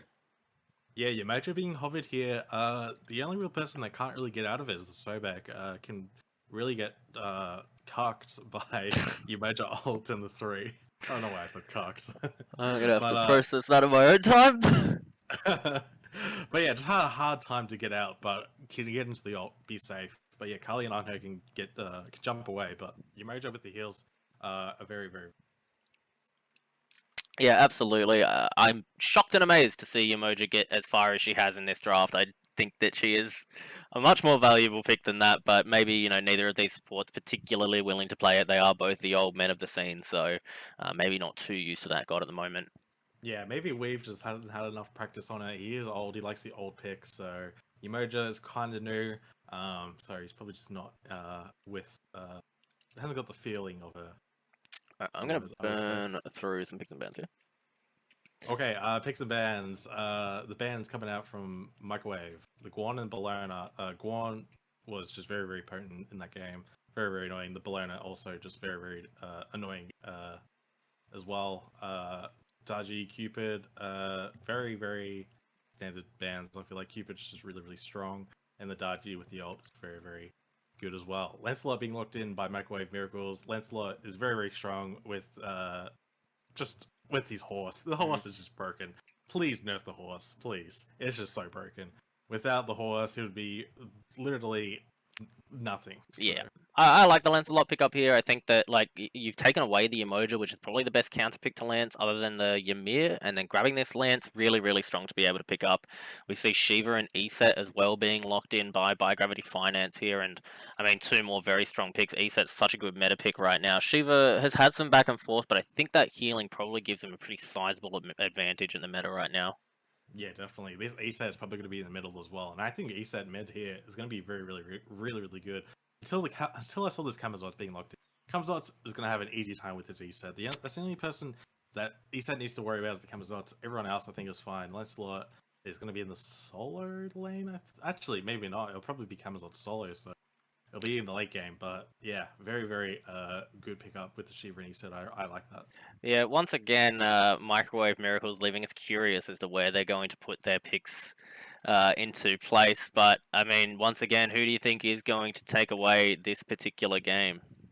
I think it's going to be by Gravity Finance again. I just like the Kali and just the Sobek is just going to run it down. But yeah, I'm very interested to see what Microwave Miracles are going to play in each of their roles. I don't know if it's going to be Lancelot in the mid, or Sol in the mid, or Umoja, or Camazotz. It's going to be very, very interesting. Who do you think is going to win? Look, I have to give this one to Desto's 10-minute microwave miracles. I think they've given themselves a much better comp here. They've got some decent meta picks picked up there with the Lancelot, the Emoja, and the Soul, and I think that they're going to be able to play through this car lead this time. Yeah, they got a lot of dive on microwave miracles. But yeah, let's take it away to the casters, Diceheart and Apps Pro. Take it away. I thought hello. Oh, hey Abs, how you going? Hey man. Hey, man. Welcome back. I didn't know you were casting as well, dude. Oh no, busy boy today. But it's so glad to see you here, and what an exciting game too between Gravity Finance and Desto's 10-minute microwave miracles that we get to watch. Okay, so in our break, I've done some research. Mhm, Now, if you are interested in investing into some Gravity Finance, the stock price is quite low. Okay. Coming in at 0.002 USD for a single stock. So, Good. Just everyone in the chat, maybe we should be investing Start in Gravity investing. Finance. I mean, I have to assume that stock's going to rise quickly after this game or this set. Oh, I think so too. They played a fantastic game one, a very traditional comp. Looking back at it, and they played it perfectly. All the way through that early to mid game, they just trickled up that lead, and it got bigger and bigger, and it was too much for Microwave Miracles to handle. Yeah, I have to agree with that, and I would be I'd be feeling kind of nervous, honestly, if I'm Microwave Miracles here trying to take this set off of this team now. You're forced into a position where you have to reverse sweep, and the pressure has to be on at this point. Definitely, I think so. Having a look at these picks, much better for Microwave Miracles. I think it's... Oh, Young Legs is going to pick up Juki for First Blood this time. They've shaken it up a bit. The Lancelot showing what he's made of, and Young Legs showing why he's one of the top solo laners in the league right now. Oh my, that number 2 spot in the power rankings is drastically getting a bit bigger as it's becoming quite a thing over in the solo lane. Let's see if Juki can answer back like Juki is trying to answer back. He's done a fair bit of damage to Legs here in this early now. In return, managed to get that TP off to get back to lane soon enough. My lord, these solo laners will not leave each other alone. Very much an ego lane in the OCL. Yep, it sure is. Very much an ego lane. There's a lot of pressure being put on this duo lane. Destiny and Snowy having the advantage this game, as we saw him on the back foot last game. So nice to see that they've got a much more traditional comp. Yamoja being such a strong support, even more so with the Soul. So we're gonna have to see what comes out in this early in the mid game. Tell me what you think, Abs, of Vintage Cow on the Camazotz mid right now. I love it. I think it's the perfect answer to an E set mid lane. Circle of protection put on the ground, and then you've got to bat out of hell, just not caring about it whatsoever. Yep, I love it. I think Assassins in mid are relatively underrated, before I eat my words. Very strong picks. And with Vintage Cow having a bit of a background in physical Assassins, I think he's going to play this pick quite well. And he does manage to successfully invade the red buff of Microwave Miracles there. Pretty comfortable on this camera by the looks of it, as you said. So we've seen our Gravity on the back foot in this early game, trying to keep their own farm alive for now. Very much the opposite of last game. We've got a Ooh, almost good hog. 700, 800 gold lead. Ooh, very smart by secured. Weave there, holding onto his hog to be able to secure that buff, knowing that Umoja Soul were going to have pressure over the Sobek and the Arnher in this lane. A nice improvement from Weave in regards to last week. I think he played very well during that last game. Looking at the Sobek, maybe doing some reading. I can already see just in his play-by-plays, the Sobek plays been very well. So I think doing some studying over the break, and he's really bringing it to the table. Oh yeah, absolutely. You love to see that, and pretty necessary here as Desto. He's going to be plucked by Weave there, but a nice Riptide is going to pull him out of that one. He's going to fall a little bit low, but it's stun off onto Klax, and I mean, you kind of expect this if you're going towards looking at the invade and that sort of thing. You'll lose a little bit of pressure, but Umoja typically manages to pull it back pretty quickly as well. I think they'll be fine. They're going to be very up and down in this duo lane, but once they get to this mid game, I think they've got the advantage. If we can see some walls up from Umoja, I think it's going to be pretty decisive. There's not many opponents can really get out of him. No one really, aside from Kali and Anno, that's about it who's going to be able to get out. Yeah, this is not a great team comp to play Umoja in. To play against Umoja with. Against Umoja. Yeah. I knew what I was going for there. You knew what I was going for there. It's fine. We could see it. Yeah. Yeah, I guess like the benefit is that Klax is going to be able to pull out of that one Desto blocked once more, potentially impaled into the wall. No, just back into Weave's knock up now, though ultimates are available for Snowy and Desto. Young Legs has done it again. He's gotten the solo kill onto Juki. I just saw his rebuke come out, but it probably isn't going to lock down a kill. I should have been looking at solo lane, apparently. Normally the least exciting lane, but today the most exciting between these two solo laners. Sanctified Fields is going to come out bad out of hell, used by Vintage Cow there. And Circle of Protection actually not going to get any heal value. Instead, the stun is going to come out. Spirit Ball connected with Vintage. In execute range is Bites the Desto. Manages to back under his tower though, and now the invade coming out into red buff once more. Look how easy that was for Vintage, just to be in the air above the circle protection. He comes out easily on top of that trade, and because of it, they get a free red invade. Sorry. Yep. How easy is that? And the lead is starting to get very much in favor of Microwave Miracles. 1400, almost 1500. Sorry, coming out. Now Unga Instincts makes this rotation over towards the duo lane. Thankfully for Clark, he is able to catch that one out and jumps under his tower. But I mean, this is interesting, right? Like, you can see that Biogravity really want to play their macro game like they did last time, but now that they've picked so much late game and Microwave Miracles have given themselves some pressure in the lanes, it's just not possible for them to play macro the way they want to. No, not at all. I think, namely Unga picking the Achilles, being able to clear much easier in this early game is not going to let Fanboy get as much of a lead as he did last game. Although he does have a lead, getting that Golden Blade on early, as I say, that Unga picking up the Golden Blade for himself. Yeah. Very even in this jungle, and I think that could have been what really snowballed that first game, as Scorpion picked up. Yeah, I love to... I mean, it is going to be a close game as Juki's forced into that ultimate to get himself away from Younglings once more. Jesus, this Lancelot is just doing works 2 levels up on Juki right now. A lot of pressure being put on this solo lane as almost Soul Eater completed for Young Legs. Look at the pressure. He's just sitting at the tower. Yep. He knows that he has his number 2 pick slotted right in places. Right where he wants it. Right where he wants it. Nice job. Completely has Juki zoned out of this wave, and once more is going to poke him. But I don't know if he's fully aware the Golden Band Boy is around this corner. The blink coming out from the Kali, manages to get up on the horse, but not in time. Golden Band Boy picks up that kill just as he got up into the horse. A very necessary kill. If you're not killing Lancelot then, he's going to get away from the game. Young Legs being very nice to dive into that backline. It's unchecked, and he will get to that backline in that late game and cause havoc. So well 100%. done. Well done by Golden Band Boy for sure. As we see a bit of a grouping coming out from Microwave Miracles, potentially looking to catch out Bites the Desto on this E set. A nice River's Rebuke might lock someone down, and there it is. Weave trapped inside of it. Riptide is out. That's a lot of R's, but not enough to lock down Weave now, though the invade coming out onto the red buff. Biogravity are in the area, but opting to give up this red buff. Okay. That was so close in that River's Rebuke. We've almost locked out. It was maybe a Riptide a few units too far not to be able to lock down Leave. It would have been a kill if it ever locked him down. So another red buff invade. I mean, yeah, you have to be happy if you Microwave Miracles here, though. Even if that kill wasn't connected, it is just a support. And yeah, you want to get him a bit behind, but he's already a level down on Desto, and he still managed to get that red buff, which is huge. Yeah, no, well done. What was this skirmish? That was a beautiful Riptide, managing to prevent the pluck from Weave by keeping the Riptide just down on top of himself. Desto played that really nicely.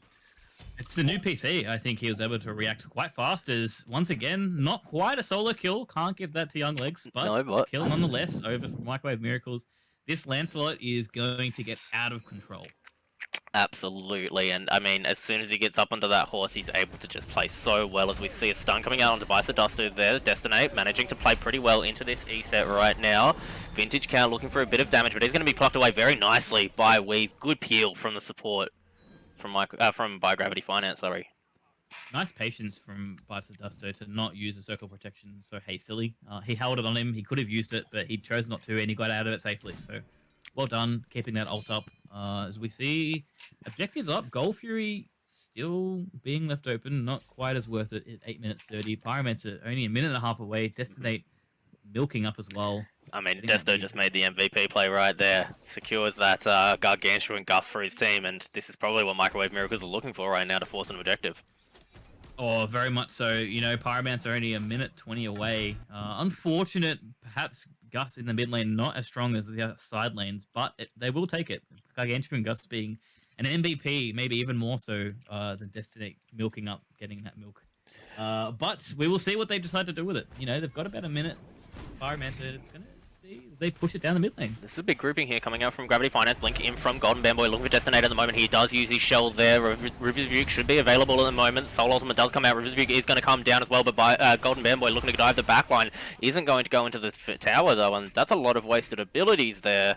And now there's Unga Instinct around this corner. Might be able to do something on the Achilles. Is going to dash in, looking for YT Clax. The Impale comes out off the mark. Nice pull there by Weave. He's going to create some space, but now Destino being engaged on by Golden Bamboy. Good Riptide is going to pull him out of the way on that one. And no kills traded so far, but a lot of abilities, a lot of ultimates used there.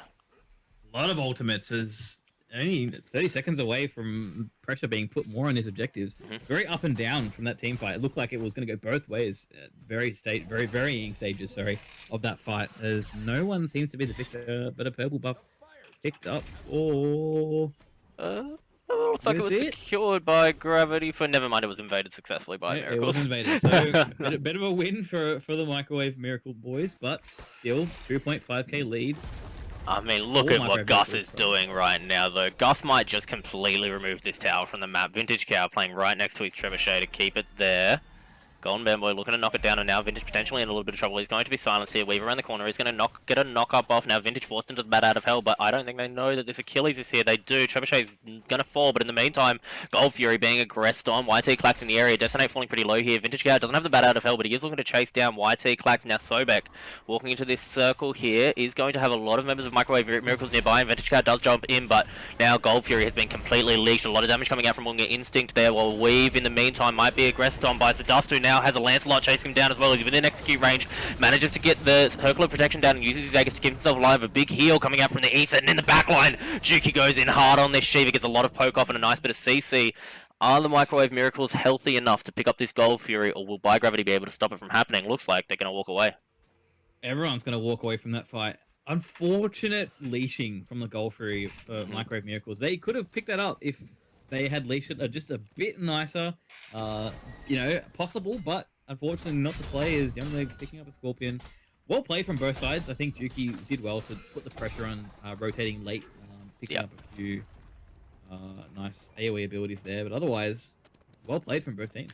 Yeah, for sure. I think maybe if Young Legs had gotten there a little bit sooner to zone out the backline, that would have been huge. As Young Legs now, the one being aggressed on, doesn't have a lot of mana available, and the ultimate should be down from that team fight. A lot of damage coming out from Juki right now. Golden Bamboy in the area and forced directly off the horse. Golden Bamboy should be able to pick up this kill. Auto attacks are not connecting, and Juki walked away potentially too soon. No, Bamboy will pick up that kill and jumps out of the tower safely. Really important pick up there. Would have been very, very risky if Fanboy wasn't able to get that kill, but he did get it. No one better for than Carly, so well done, Fanboy, picking up that kill.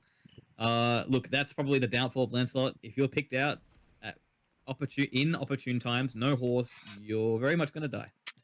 That's a pause. Nice pause coming out here. Teams deliberating on what their next move is. Yeah, you're definitely allowed to do this right now. Sus. Yeah. Look, that's a really big pickup onto Young Legs right there. We do see By Gravity grouping around this Gold Fury, but I mean, this should be called out. Desto and Bicep Dust disconnected. Okay, yeah, Desto and Snowy are in that duo lane right now. I think that they're going to know that this is happening, and they should be able to rotate over to this Gold Fury pretty quickly to stop it if Gravity Finance decide to pick it up. River's Rebuke is up and online, so Destinate can pop that at any moment and be able to put some pressure onto this Gold Fury. So as long as it's called out, they do have some wards. I believe that is a Microwave Miracles ward. I'm not too sure on Bites of Dusto there, so they will see them going over to Gold Fury. Is that a dead it's ward? going to be interesting to see what happens here. I wonder who's going to call this out. Yeah, they should know. Like, that sentry was just placed, and it looks like Microwave Miracles have just lost their ward there. So they should know that someone cleared the ward on top of Gold Fury. But Vintage Cow under mid tower at the moment. Young Leg's still dead right now as well, and Unga Instinct is all the way over in solo. So if this is picked up, it could be locked down pretty quickly. Circle of Protection is up as well for the E set, so potentially a free Gold Fury. Microwave Miracles pulling up a 3k gold lead this early in the game. Well done. More kills than the last game, so there has been a bit more aggression. Looking at these builds, looking relatively standard from just about everyone. Nice amount of life still coming out from the Soul on Snowy 2 levels up over Wati Klex in that Soul. Yeah. Carry lane. This is where you want to be at for this Soul as well. You want to get as far ahead as possible. You want to get as far into this lifesteal build as you can right now, and just try to get out as much damage as possible in these fights before before anyone on Gravity Finance can start to get their anti-heal online. We are coming out of this pause now, though, as it looks like By Gravity are going to look for this Gold Fury. The Golden Bam Boy did just blink towards it. I don't know that anybody's going to be able to stop this. Vintage Cow in the area. Circle of Protection is on the ground already, though. Destiny coming in from behind. Vintage Cow does blink in and manages to use that out of Hell. Rivers Rebuke is down as well, and looks like the team fight's going to go on. The Gold Fury did go the way of By Gravity Finance. Soul Ultimate has been used as well, and the chase is on right now by Desto, left by himself, and now managed to get that Spirit Ball off to create a little bit of space for himself. Doesn't have a mid tower here, though. Might get engaged on Vintage Cow, looking for the slow. He is going to be able to connect with that one, but Weaver's right here to support his mid laner and get him out of that one. Nice Well play done. from Gravity Finance. Well done. They got the Gold Fury. They circle protection. They run. They just hold the W key straight to their base, and they get out. No worries. Well done from Weave to stop that. Juki here by himself to try to stop this Pyromancer play. There are a lot of members of Microwave Miracles here. That was Juki falling very low. Already has to use that ultimate and has already double dashed as well. Young Lex has used his ultimate now to chase up, and Juki falling very low should be a death here as the Microwave Miraculers managed to get a good bait on that Pyro and potentially going to go straight back up to pick it up now. There are some members from Gravity Finance in the area as they're not looking to pick it up. Sorry, Vichikao looking away from it. Maybe Juki falling for a very valiant cause.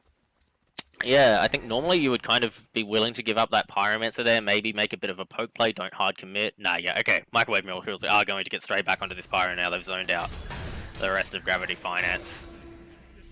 Interesting. Gravity Finance realizing that they just didn't have the pressure on that objective right after that Gold Fury, weren't there in time.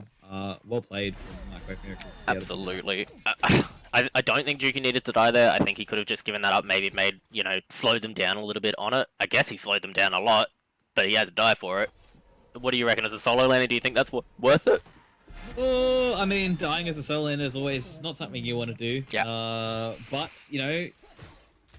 0-4 in the Shiver, I think he's just getting a bit too far out of position. Yeah. And is the Pyromancer worth his life, perhaps being so far behind, I think, at this point in the game, that Maybe. Giving up his life, maybe not the worst thing, but not something you necessarily want to keep doing. So we'll have to see what he does in the Shiver. I have to ask as well, because you are an excellent solo laner. What do you think? Thank you. You're welcome. What do you think about this matchup in solo lane going into the late game between the Lancelot and the Shiva? Who do you think is going to provide more pressure in the team fights? So looking over at Gravity Finance first, I think Shiva has the edge in the mid game. Personally, I haven't played many games against Lancelot in the solo lane. I have heard that he is very strong in all stages of the game, maybe bar the early game. I think with the lead he has now, it's going to be very hard for Gravity Finance to deal with in the late game, and Lancelot being such a monster on that horse is just going to be so hard to lock down. Definitely going the way of Microwave Miracles. The Lancelot easily going to have the edge in his late game.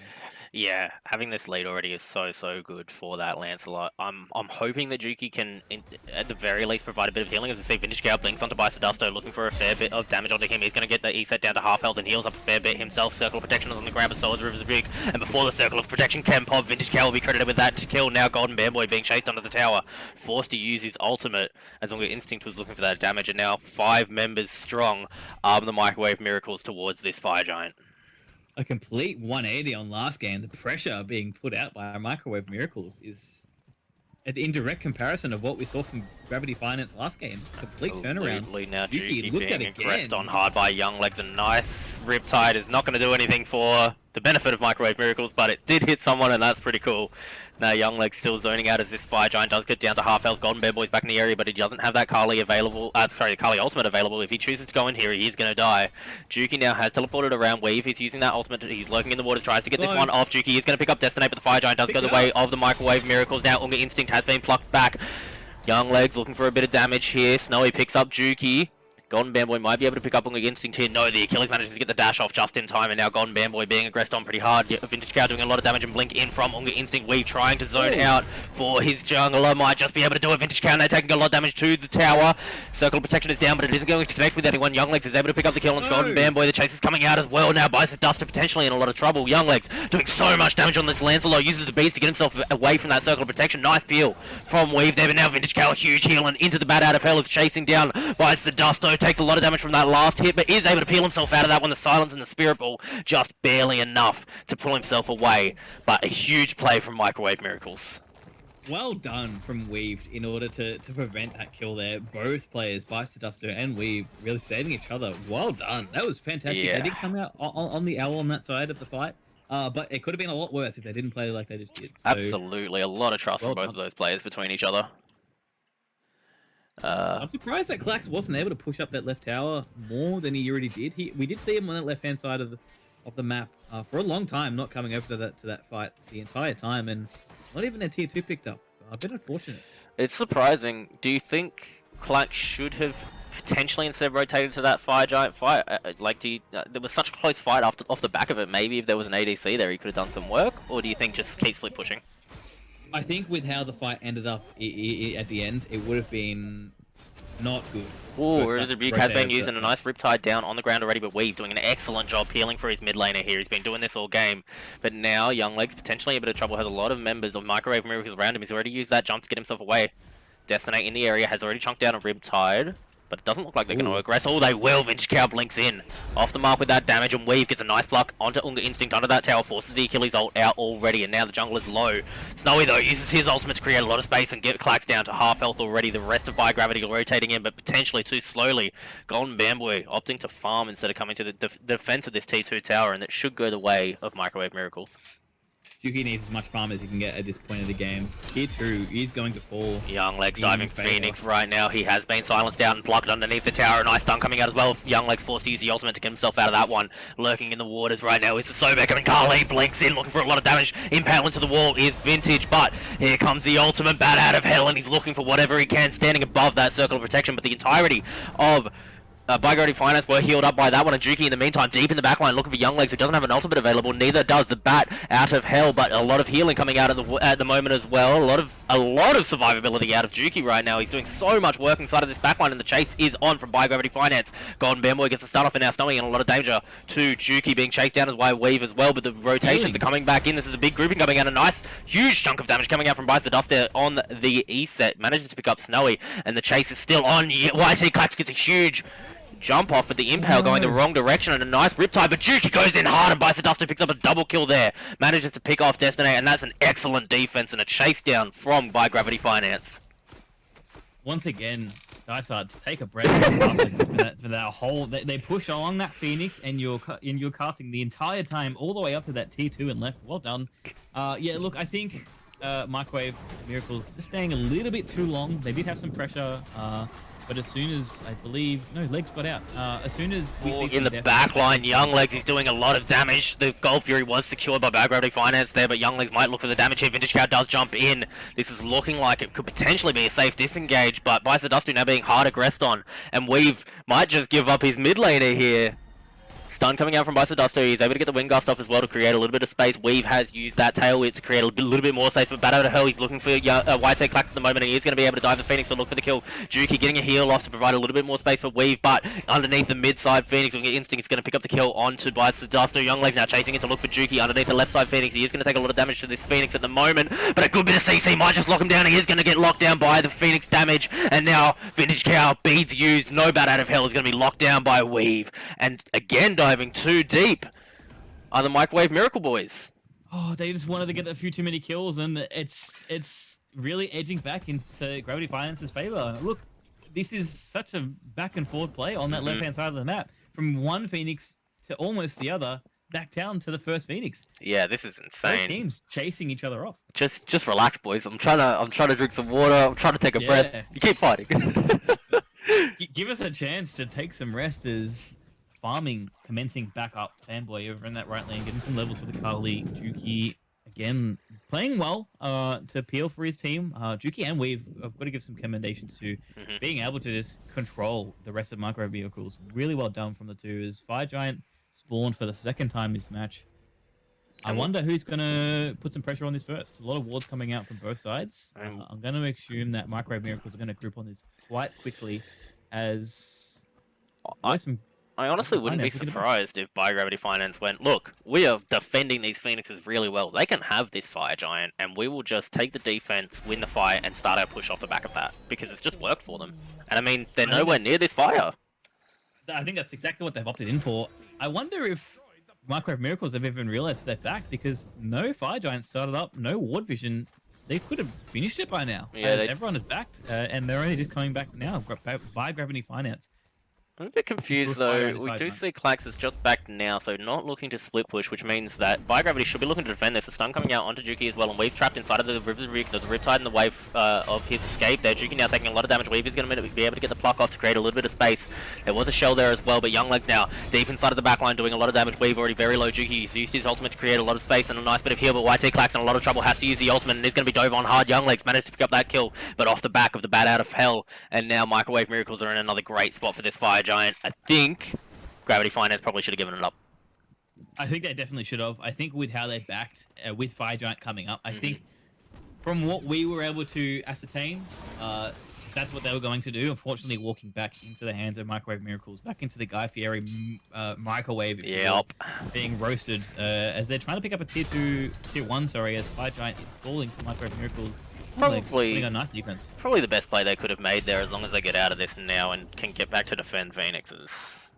An E-set split push over on the left-hand side of the map. Arguably able to pick up that tier 2. Bad play. And now Juki falling very low to Young Legs. A little bit of peel coming out, but Young Legs already has that ultimate back available. Back up into the horse. Juki is going to be peeled out a little bit by Weave, but it might not be enough. He's taking a lot of damage right now, and Unga Instinct has rotated in for the kill now. Weave in a lot of trouble. Is going to be locked down to a fair bit of damage, and Unga Instinct credited with that double kill, and now the Phoenixes are under threat. That tier 1 tower was just not worth it for the boys. Nope. Look, the gold isn't that much in favor for Microwave Miracles. 5k up. Sorry, yeah, no, 4k up with 5 kills up. My apologies. Yes. As Microwave Miracles running down to this tier 2, we see Carly in right. Gravity Finance maybe looking to farm, but otherwise, it's a Microwave show. 5 members of Microwave Miracles are going to push into this Phoenix, and it looks like Biogravity are going to opt to give this one up, look for a bit of poke, but I can imagine that the Microwave Miracles are going to push in for this left side Phoenix now. That's a free easy Phoenix for the Microwave boys looking onto this left side. Nice bit of damage coming out though. Unga Instinct's taken a fair bit, but now they're aggressing onto YT. Klax is already falling very low. The horse has come out, and there's not a lot of peel for Klax here. He's going to be chased down once again by the bat out of hell. Might not be able to get back to his fountain, and he doesn't. But Unga Instinct being aggressed on Golden Bamboy is going to pick up that kill. The River Dubuque is out, but Snowy in a lot of trouble. Has already used the bees, and the Aegis might be able to get into his immunity in time. But Weave's gotten the block off. Deep in the backline is Vintage Cow. He's already been hit by the Spirit Ball and is going to fall there as well. Now Destiny being chased down, and the Arc is on. Juki getting the follow-up there. The left side finish did manage to survive, and Golden Bear Boy, huge blink into a double stun. Destiny in a lot of trouble, and Snowy as well. Weave has plucked in one. Double kill for Juki by Desto, picks up Destiny. Now the chase is on for Snowy and potentially the game. Oh my, this game has just turned on its head. From one fight in that left-hand side Phoenix, Fire Giant almost completely depleted Snowy, the last one left.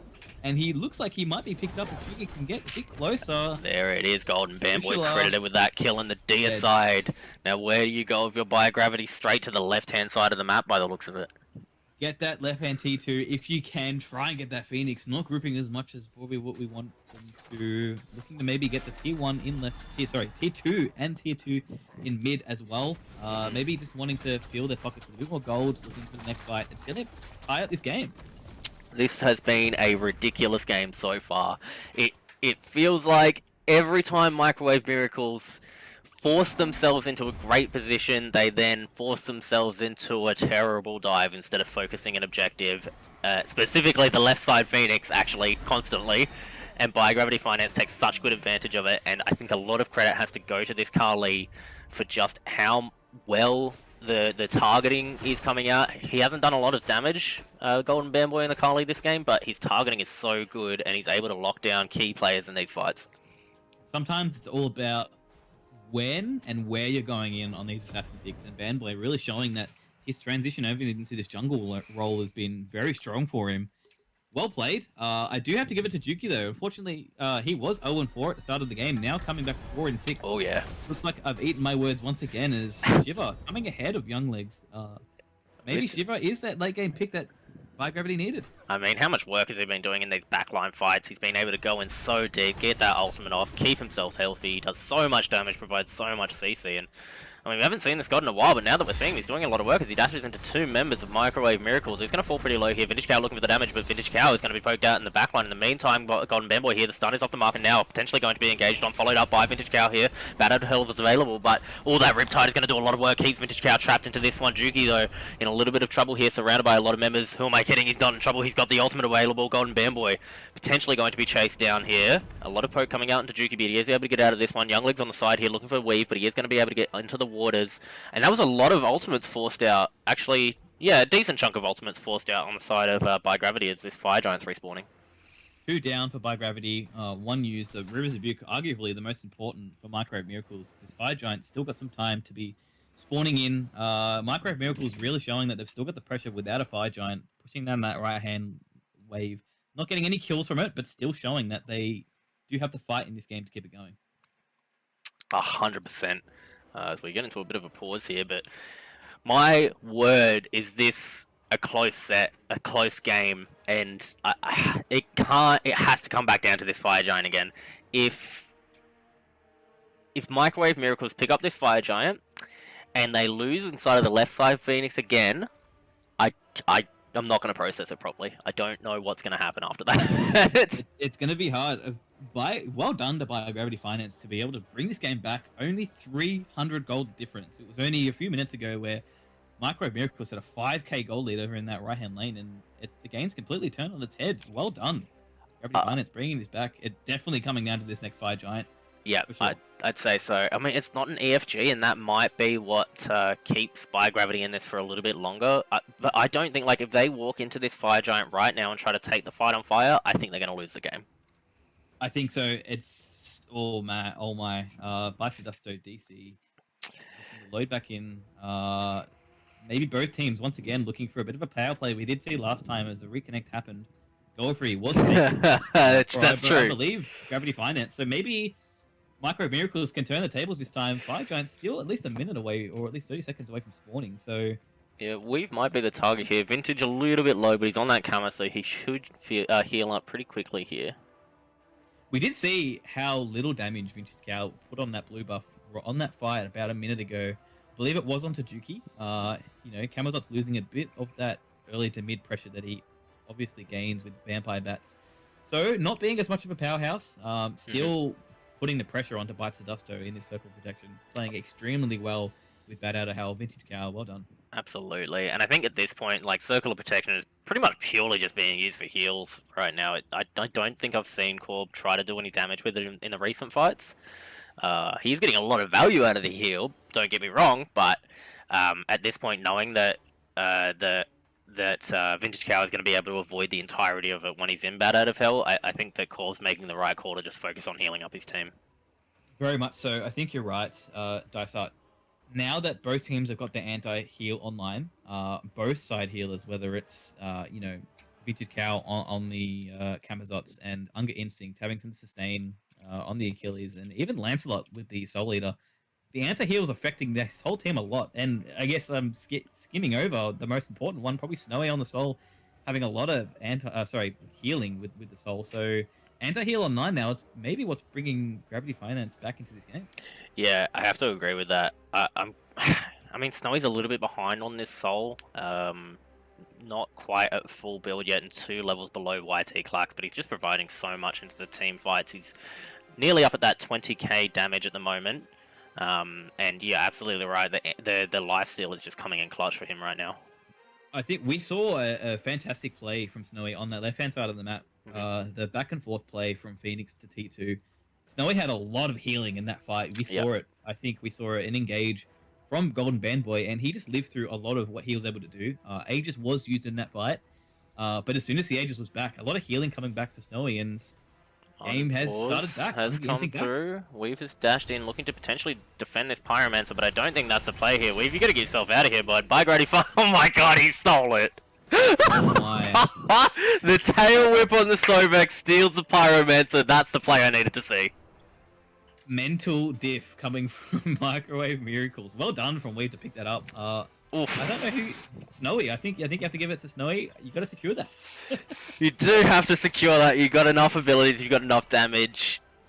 Tail whip does not do a lot of damage, especially with that build coming out from Weave there. But I mean, well secured, and yeah, you're playing the mental game at this point. But Biogravity are now channeling their backs around this Fire Giant, and in the meantime, Microwave Miracles are coming straight back into it. Clax is playing pretty. They didn't need the far. Pyromancer anyway. Young Legs being poked up by YT Clax as Fire Giant is now spawned 2 minutes away from being an EFG. I wonder if teams are going to hang around and wait for it, or if they're going to look for a pick right away. I mean, I would assume that there's a Riptide coming in onto YT Clax as well. He's already down to half health. Forced to use that Aegis and Nice Spirit Ball is going to create some space for him, but probably not enough as the Young Leg goes in. Circle Protection on the ground. Might be able to get enough healing out. Rivers of Reek is down, but a nice shell is going to create some space, but Young Legs is going to pick up 1 kill already as the rest of the team fight happens. Juki doing a lot of damage onto Unga Instinct. Destinate falling very low to Golden Bear Boy. He's going to be able to Riptide out of that one, but he is a target for the Carly at the moment as well. He's broken the ankles on the Carly, though. Juki picks up the kill onto Destinate. Finally, Golden Bear Boy forced to use his speeds, but he doesn't have the ultimate available now. Snowy doing a lot of damage at the moment as well. The Arc has come out, and Juki is providing so much to the backline. Double kill for Juki as he picks up Unga Instinct, and he's still chasing deep. There's an E-set here as well, and Vintage Cow might be the target. A triple kill to Juki on this Shiva, and he's not done. He's chasing for Vintage Cow now. Bat out of hell is not available at the moment, but I don't think that Gravity Finance can pick up this Fire Giant for themselves. They're going to look to pick up Vintage Cow instead, who should be able to jump over this wall pretty safely. Now there's a Lancelot in the backline as well, and Microwave Miracles are doing a pretty good job right now of wasting time. Oh my, that was such a fight. Well done from Juki to keep a triple kill on the Shiva. That is a tanky character putting out all that damage as he's still the top damage charts. Young Leg's being pulled in as he has to horse to get out of that fight. Wow. Well done. Quick. By Gravity Finance. What a fight. And stop this. Sorry, continue, Dice. No, John, what a fight and what a fantastic play by Juki there to get that triple kill and do so much work. Once again, Juki was 0-4 on the Shiva pick. He's come back right into this game, 7-6 on the Shiva. I have to give my commendations to Young Legs as well, though. He is still 8-4. Solo lane is really running this KDA game. Once again, being the ego lane that it is, 38,000 damage coming out from the Shiva. Well played for Juki, and probably has brought them back into this game. Yeah, I absolutely love to see this pick popping off as well. Like you don't expect it. It's not really a meta pick at the moment, but it's just doing so much work right now, and I think that really goes to show why you pick comfort picks over meta picks in OCE. Oh, 100%. Being able to play what you know is very important. To see a pluck out from Weave, which is Cal being put back into safety. Juki looking towards Destinate as a bit of a back off from both teams around this Fire Giant. Yeah, I'm curious as we see Young Leg's channeling his back there. We have a Gargantuan Gus in mid as well, pushing down this lane, and it looks like Vintage going to be the one to go and deal with this. This is probably the moment that By Gravity need to look for a fight. They are potentially going to try and pick out Vintage Cow here, push up their Trebuchet a little bit, and channeling his back once again is Young Legs. This is what you need. Opting in to save Gus. Good choice. I think they've really got to commit to this Fire Giant, either team. As much as Gargantuan Gus is the MVP of these games, Fire Giant is still the reason we look for these late game fights. Yeah, absolutely. Big grouping over here as well. Weave looking for the blocking. He's going to be able to get it off onto Destinate. There's the damage coming out, but Destinate able to get a nice Riptide off. He isn't able to get through it, but he's going to keep himself alive as Young Legs provides a bit of peel, and lurking in the waters is Weave. He gets a little bit of damage onto Young Legs, but not enough to create enough zone potential right now. No ultimates used out of Microwave Miracles either, but Juki is doing a lot of damage, diving hard onto Vintage Cow at the moment and keeping 2 members of Microwave Miracles zoned out, potentially even 3 with Young Legs around this corner. Fire Giant has been picked up. Young Legs is coming around right now, though, looking for the damage onto Bice Desto. Circle of Protection is down, and YT Clax is being engaged on very hard. Unga Instincts picked up the kill, and Rivers of Rook is down. Gravity Finance do manage to secure this Fire Giant, but how long can they survive for with a Golden Bear Boy being hard aggressed on? Uses the ultimate. He's taking the fight with with Young Legs right now. He's going to get him very low, the mental pop, but Young Legs is credited with that kill. Very close fight there. Juki, though, hard in the backline once more, looking for Snowy, but he is rounded. Hard manages to get the damage off, and a huge bit of damage coming out from the east side as well. A nice Juki. Spirit Ball. Destinate now being aggressed on. We've managed to get that pluck off, and Desto is going to be credited with that kill. The double kill coming out, and Juki has been the MVP of this game in every way, shape, and form. He has done so much work on this Shiva.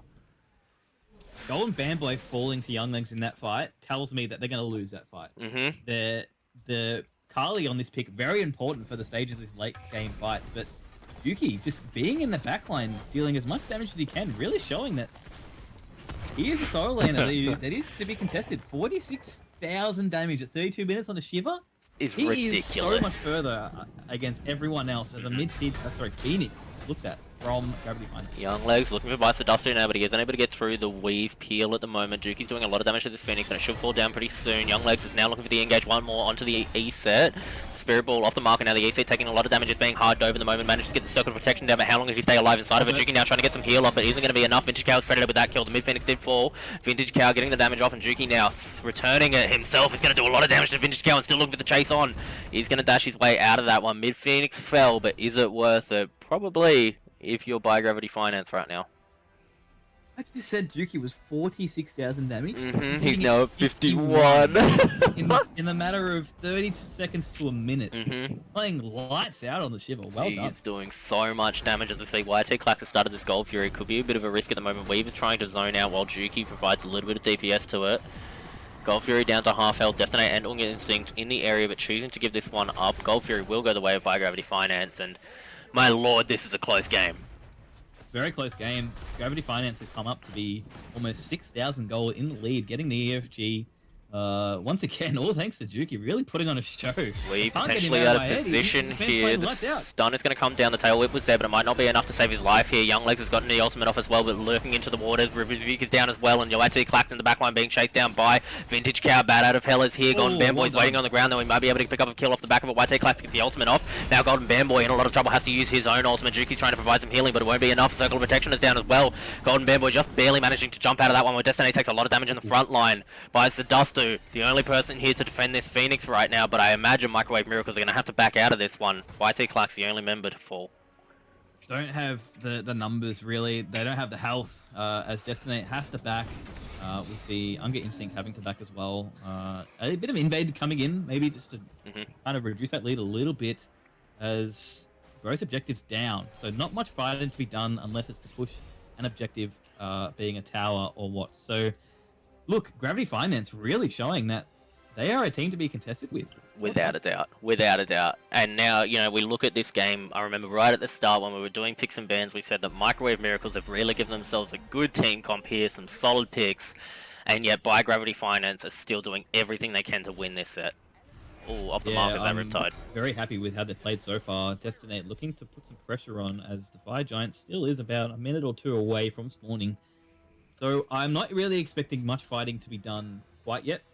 As much farming to be done as possible. Destinate still level 18, 35 minutes into the game. Really trying to be that team fight force, putting out the River's Rebuke. I must say, Phantom Shelled from Weave to get out of the River's Rebuke in that left-hand side skirmish, giving him his life.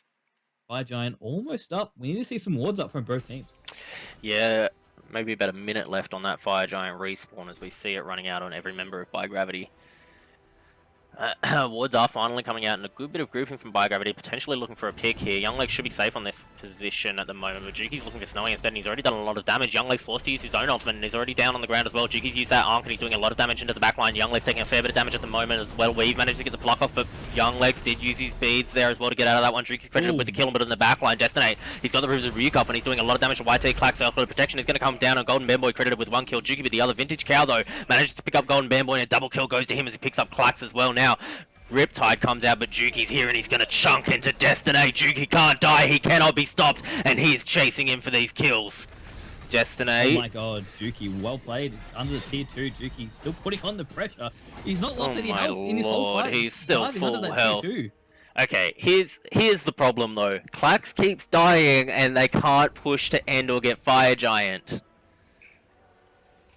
Why does he keep dying?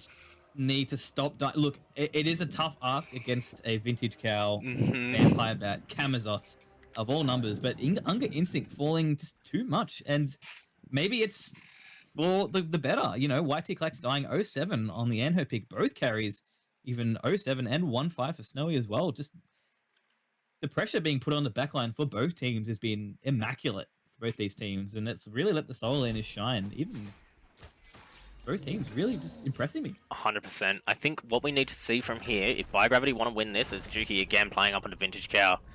If Bi-Gravity want to win this, we need to see Weave really provide some peel for Clax in these fights so that they can finally push to win.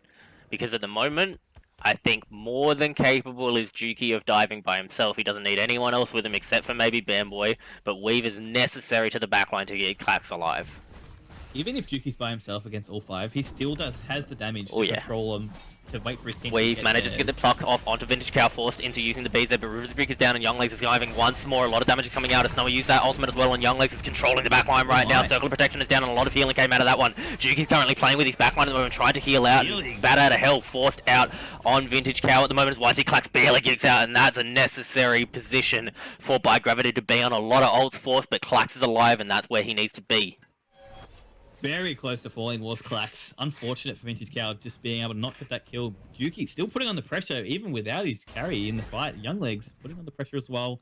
This Fire Giant has spawned. It's anyone's game. It's going to be up to YT Clax to really survive this next fight, if it's even going to get to that point. Fire Giant already down to half health. Juki's walking in. He's going to look to do a lot of damage, and he's going to do that. A lot of damage too. Vintage Cow, Golden Bamboy's already hard in the backline. Weave gets a block off onto Destinate as well. He's taking a fair bit of damage himself. Golden Bamboy doing a huge chunk to Snowy as well, as he's credited with that kill and gets the reset off. Now Younglegs being engaged on, forced to ult out of that one, and now with YT Clax alive and 5 members of Bi-Gravity Finance here, they're going to start up this Fire Giant. Circle of Protection is down. Juki is zoning out hard. Weave also here potentially looking for this block as well as they go in deep. Unga Instinct manages to get out of that one with a nicely placed Riptide from Destinate, but Juki is looking for the fight. He's not done yet. He says, come back here, I will chase you under Phoenix, and I'm not going to stop breakdancing until I get there. Weave off the mark with the pluck there. Oh. Oof. As we see Golden Bamboy. Is being looked at. Nice River's Rebuke coming out from Destinate. That was going to create a lot of space. Younglegs is diving into the backline. YT Clax does a lot of damage to Destinate with his own ultimate, but now being chased off of that Phoenix by Younglegs. No one tanky enough to stay here, but there's a ward down, and you know who's coming off of that one. It's Juki. Juki. Coming back. One of the put some pressure on that as Arc has been used, but Unga Instinct has blinked hard into the backline. He's looking for YT Clax. He uses the beads there. Unga Instinct, though, forced to get himself out of this one, and the Phoenix should fall here too by Gravity Finance. They're looking to push in a little bit further. Juki chasing down a nice part coming out into Younglegs, who doesn't have a way out of this one. Yes, he does. He uses that ultimate. The Mantle managed to stun out all 5 members of Bi-Gravity Finance, who are now walking towards this slightly weakened mid-Phoenix. A nice Spirit Ball is going to come down and half health Snowy, but Bat out of Hell is here, and he's doing a huge chunk of damage. Obelisk down. Golden Bamboy's taking a lot of damage, and the Circle of Protection is down. Mid-Phoenix has already fallen, but this is going to be a big chase coming out from Microwave Miracles. Back up at heel, boys. It's the only chance you got. Huge Riptide straight into Juki, though, as he's breakdancing on everybody right now, and he's whacking into the back line and the front line of Microwave Miracles. Off the mark was that Impale, but Destinate takes a lot of damage for it. Weave already down pretty low, but Juki is fighting 5 members of Microwave Miracles by himself and taking no damage for it. Oh my, this is Juki really, once again, putting on the show. Both Phoenixes down from Microwave Miracles. This game has turned on its head. Into the left side, Phoenix, and down it goes already. No, it doesn't. Juki falling very low. This might be the first time he dies in a long time. YT Clax now in a lot of trouble as well as he gets it committed on by Younglegs. Forced to use that Aegis. River's Rebuke was used there as well. YT Clax is going to fall, but 3 Phoenixes are down. The chase is on by Microwave Miracles, and that was a fantastic Riptide to try to lock down by Desto. He's forced to use his beads to try to get out of this one. If Destinate can get another nice Riptide off, they might be able to kill this ESET, who has no peel available. Younglegs is in the area as well, and now the Riptides are creating a lot of space for Chase. As Desto potentially the one to be engaged on. Juki creating a lot of space. Circle of Protection is down, and it looks like Desto is going to sacrifice his life to try to get Juki out alive. They're looking for this left side Phoenix now as Juki is pulling out to the best of his abilities. He might be able to create... No, he's not going to be a bait for the team to walk into mid as Microwave Miracles push into this left side Phoenix. Weaves back up. He might be able to defend under this left Phoenix. Minions are pushing. Minions are pushing 2 lanes of fire minions, and it looks like it's going to be a base race as Younglegs is plucked off of the horse. And it's paused. The game is paused. To be such a big... Oh, what a pause! What combat pause! It comes out 42 minutes. This is a concerning combat pause. Oh my! Oh, what a cool pause. unpaused. Juki's not moving though. That pause was necessary for his team. I think he might be Oh. DCing right now. Don't let the MVP DC. Oh no! This is such an integral part of the game. As minions pouring into Microwave Miracles' Titan, Juki standing Bro. still at his own Titan. How is this gonna go? Bro, if Juki does not move right now, Oh. this is I so think intense. this all comes off the back of YT Clax having We see this real quick. not the best positioning in the Phoenixes. Wow, there's a lot of minions there. Look, I'm gonna give that Titan about 30, if that, Yeah. 40 seconds to live. If they can successfully defend this Titan, they win the game. Yep, I have to agree with you there. This is... I mean, this is about to be the Juki show. All that Juki has to do is literally everything right now, and he'll be fine. Weave is there, he's lurking in that's the it, waters. He's done that the whole game. He's been able to control these fights. Being at the blue buff when Fire Giant was taken for Gravity Finance, he was zoning 4 people out. He can zone 5 people out with a Shiva Tandava, breakdancing on everyone in the Titan room. I think they're going to be okay if he's still in the game. Oh my. I'm shaking in my boots for Gravity Finance. This is going to be one to defend. Look, Weave is here, he's lurking in the waters right now. Golden Bamboy's around this corner. Vintage Cow doesn't have Bat Out of Hell, and Destinate doesn't have River's Rebuke either. Nor does Snowy have his ultimate. So, I mean, if Golden Bamboy can get deep into this, if Jukin can provide some CC, this could be wild. I think Golden Bamboy can at least give his team 5 seconds. At least 5 seconds. That ult is going to save them this game if she can get as low as she can and not die. Do as much damage to your damage dealers, that being probably Vintage Cow and trying to kill off Snowy. If you kill Snowy, I think the game is in your favor for Gravity Finance. I think currently both teams are in chat right now, but they might still be paused. This is unpausing possibly happening. Oh, the Game unpause come is back. there, and a lot of damage is coming out already. Juking is doing his work inside of that ultimate. Vintage Cow falling very low, and he doesn't have the ultimate available. Golden Bamboy has already picked up that kill and a double kill. Going to Golden Bamboy, triple kill for the Carly. Young Legs, though, he's going to pick that one up. Weave picks up another one, and the Titan falls to buy Gravity Finance. 2-0 in this set against Microwave Miracles. What an absolute ripper of a set. Minions coming back to defeat the Titan of Microwave Miracles. Oh my. We have an MVP, and it is Juki. Oh, I don't even care about the vote. We're going to put it out there, but I've already chosen my MVP, and you're right, it's Juki. Juki did everything in that game, being able to control 4 to 5 people while YT Clax was dead, respawn, still being full health. Oh my. Juki, all he needed to do was everything. You are And he did correct. it. He did it. He did everything. I am so impressed with the performance from that solo laner right now. He went absolutely insane on the Shiva pick, which who on earth expected the Shiva to go off that hard? No, if I think of Juki, I think of his signature Guan Yu, and he played it fantastically in the game before. Picking up the Shiva, I didn't expect nearly this much of a performance. Well done to Juki to control this entire game. Absolutely. 10 minutes into this game, I thought it was going to be another 3-game set Yep. for Microwave Miracles, and Juki just said, no, we're winning this game, and he completely did that easily. Absolutely. And I think you pointed it out during the set, but we're absolutely certain of it now. The power rankings are going to be fucked. Oh my! This one game from Juki has thrown the power rankings on its head. It's gonna be very crazy in the next few weeks. It sure is. And I mean, look at that player damage. 74,000 player damage for the Shiva. That is insane. Not to mention 116k mitigated.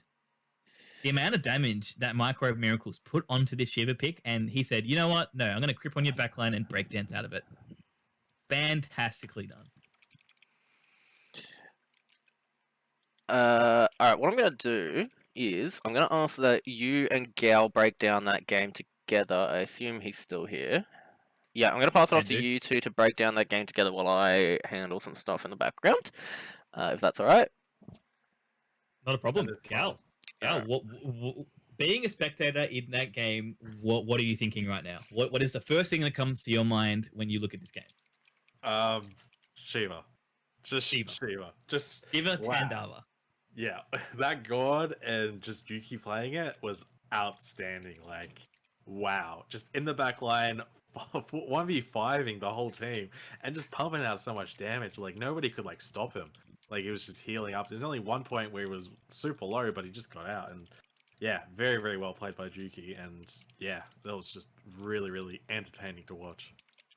One man is not without his team. I do have to give it to the rest of the By Gravity Finance boys. Weave putting on a show, peeling for his teammates, and even Yeah. Juki for a few times in that fight, especially on that right-hand side Phoenix seeds when Microwave Miracles were still in the game, as circle protection being such an important part of that game to keep Juki alive. YT Klax being probably not quite the most important player on that team, but if he was alive Yeah. for the game, then Juki did that perfectly. So well done to the boys.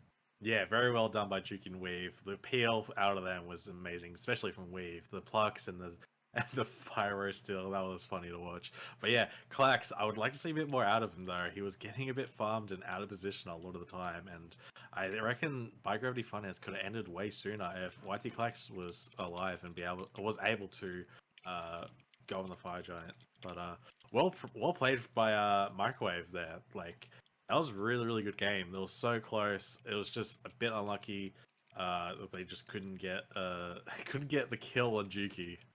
I think that's what it came down to. Maybe it's just not enough penetration.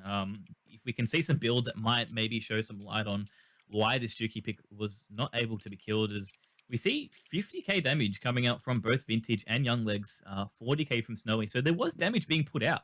You know, we see that the amount of damage that Vintage Cow was able to put, or the pressure at least, was able to put on the E-set onto Bites to Desto, really shutting him down. Like, that's a 16k difference for the mid laner, and it was a loss for their team. Yeah. Unfortunate, they put in work, and it just wasn't able to work out for him.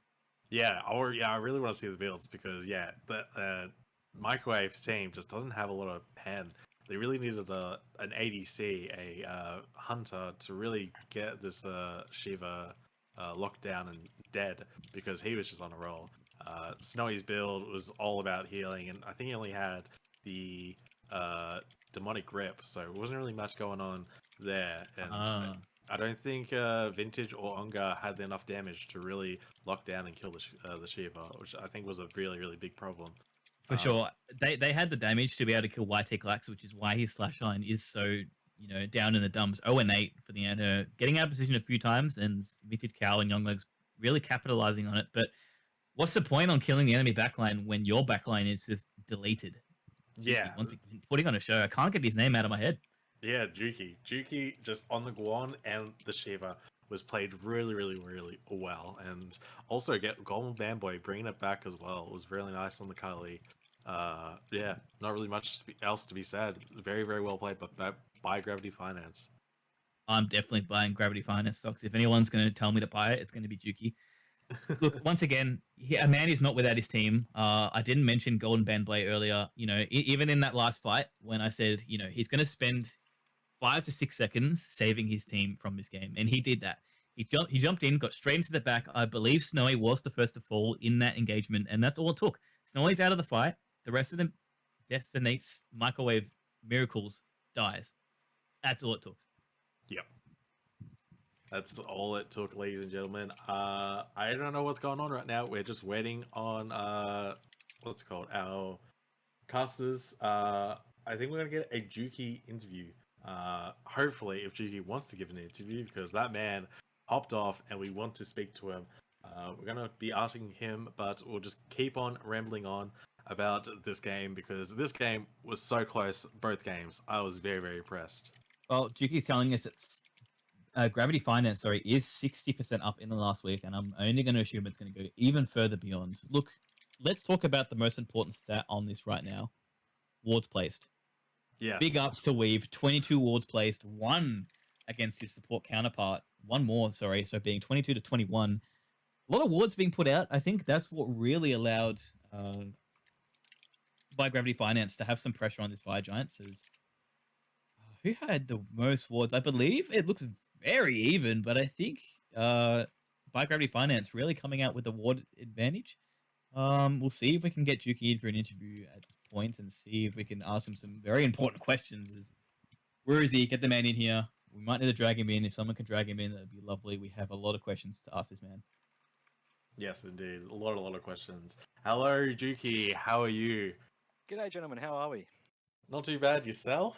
Yeah, good, thank you. Feeling good after that game. Yeah, the very well played by you guys won by Gravity Finance. How did you feel on the Shiva in that game? Literally 1v5ing the whole team. I mean, I feel like all of my games are the exact same thing. If I can not go 0-5 by the time I get to team fight stage, things seem to go okay. But I don't necessarily think it was the shiver. I think it was just the wards placed from the team. Like we've been practicing for a couple of weeks now, actually just buying wards when we leave base, and it just changes the whole fight. Having vision means I can actually put myself in the right fight in a situation, and then make those plays that actually work. Because if you don't know where anyone is, things get confusing pretty quick. That's Yeah. exactly the point I just raised on the cast. So well done, Juki. From myself personally, you've been a big improvement the last few weeks. How have you meshed with the boys? You know, you've come onto this team relatively uh, early in this last season. How have you done with the team, and how are you meshing? How are you going? Yeah, look, we're working together. When we've got the scrims, we'll do it. I mean, a couple of us boys do just log on and log off as soon as scrims are done. But I've been playing this game for ages, and I've never touched solo lane, so it's been a big learning thing for me. And then figuring out what actually works with the team comp. And I think just the more and more we expose ourselves to more scrims and practice, we can actually figure out what works for us and what doesn't. And I think it's just about playing to our strengths there. You know, find a couple of comps that work, and until people start countering it, we'll just keep playing the same thing. Very good. I would like to like your input on the role change, Gold Boy and Evelyn or Corp or Bites the Dust do. How do you feel like that went with the swap? Because it seems like you guys did really well because you guys won 2-0, and I'd really like your input to see Yeah, how they are. Yeah, I think we mainly changed the team comp there just because of the macro perspective of Corbin. We've been able to make the callouts at the right time. They're the two most experienced players in terms of a competitive scenario, I guess you could say. So, in terms of macro, it's letting them make those calls and sort of them being able to play together and spend a lot of time together actually sort of seems to help the team. And Golden just runs around and does what he needs to do, and he does it quite well actually. I think he sort of has his eyes around where he needs to be at the right times. But yeah, it's been a couple of lanes changes for the team, but once again, just figuring out what works for us and then going from there. I don't I, think the current league at the moment in its state is you don't need a million different drafts to counter this and counter that. Find something that works for your team and then push that agenda and practice it and play it. And I think if we keep doing that, we'll go all right. We'll see. Wow, excellently said. I think if anyone's running around doing whatever they want, it's definitely you on the Shiver pick. Well played, sir. I will have to ask you in that second phase of the second, picks and bans. We saw a Guan Yu ban. What was the first thing that came to your mind when you see that? I pick Shiver. I mean, that was exactly what I thought would come to my mind. Shiver being the second, like the one you pick after Guan Yu is taken off the board. Is that just your... It's about disruption. I think current meta at the moment, healing is ridiculously overpowered. I've been playing anything in solo that can heal people a lot. We're starting to see Kabrakan come out with 3 healing items and just romp people in ranked games in OCE. Not enough people are aware of how potent anti-heal can be to win those fights, but we only had 3 brawlers beat Sticks that game, so I just walked in with a soul leader and just procced my 3 on Shiver ult and just damaged the whole team and just kept potent healing. So whatever works in solo lane that has extreme amount of healing seems to do pretty well at the moment. Being a solo main myself, I will definitely agree with you. Well played from my end. I've got no more questions for you, Gal. What have you I got? got no more questions. I think that's it. Thank you for coming into this interview, and GG's on your victory. Beautiful. Thanks, Very, guys. very Just an good night to be appreciation. Juki. Just a quick thing. I want to say thanks for everything you guys are doing for the OCE scene. Keep it up. Appreciate all the good work, guys.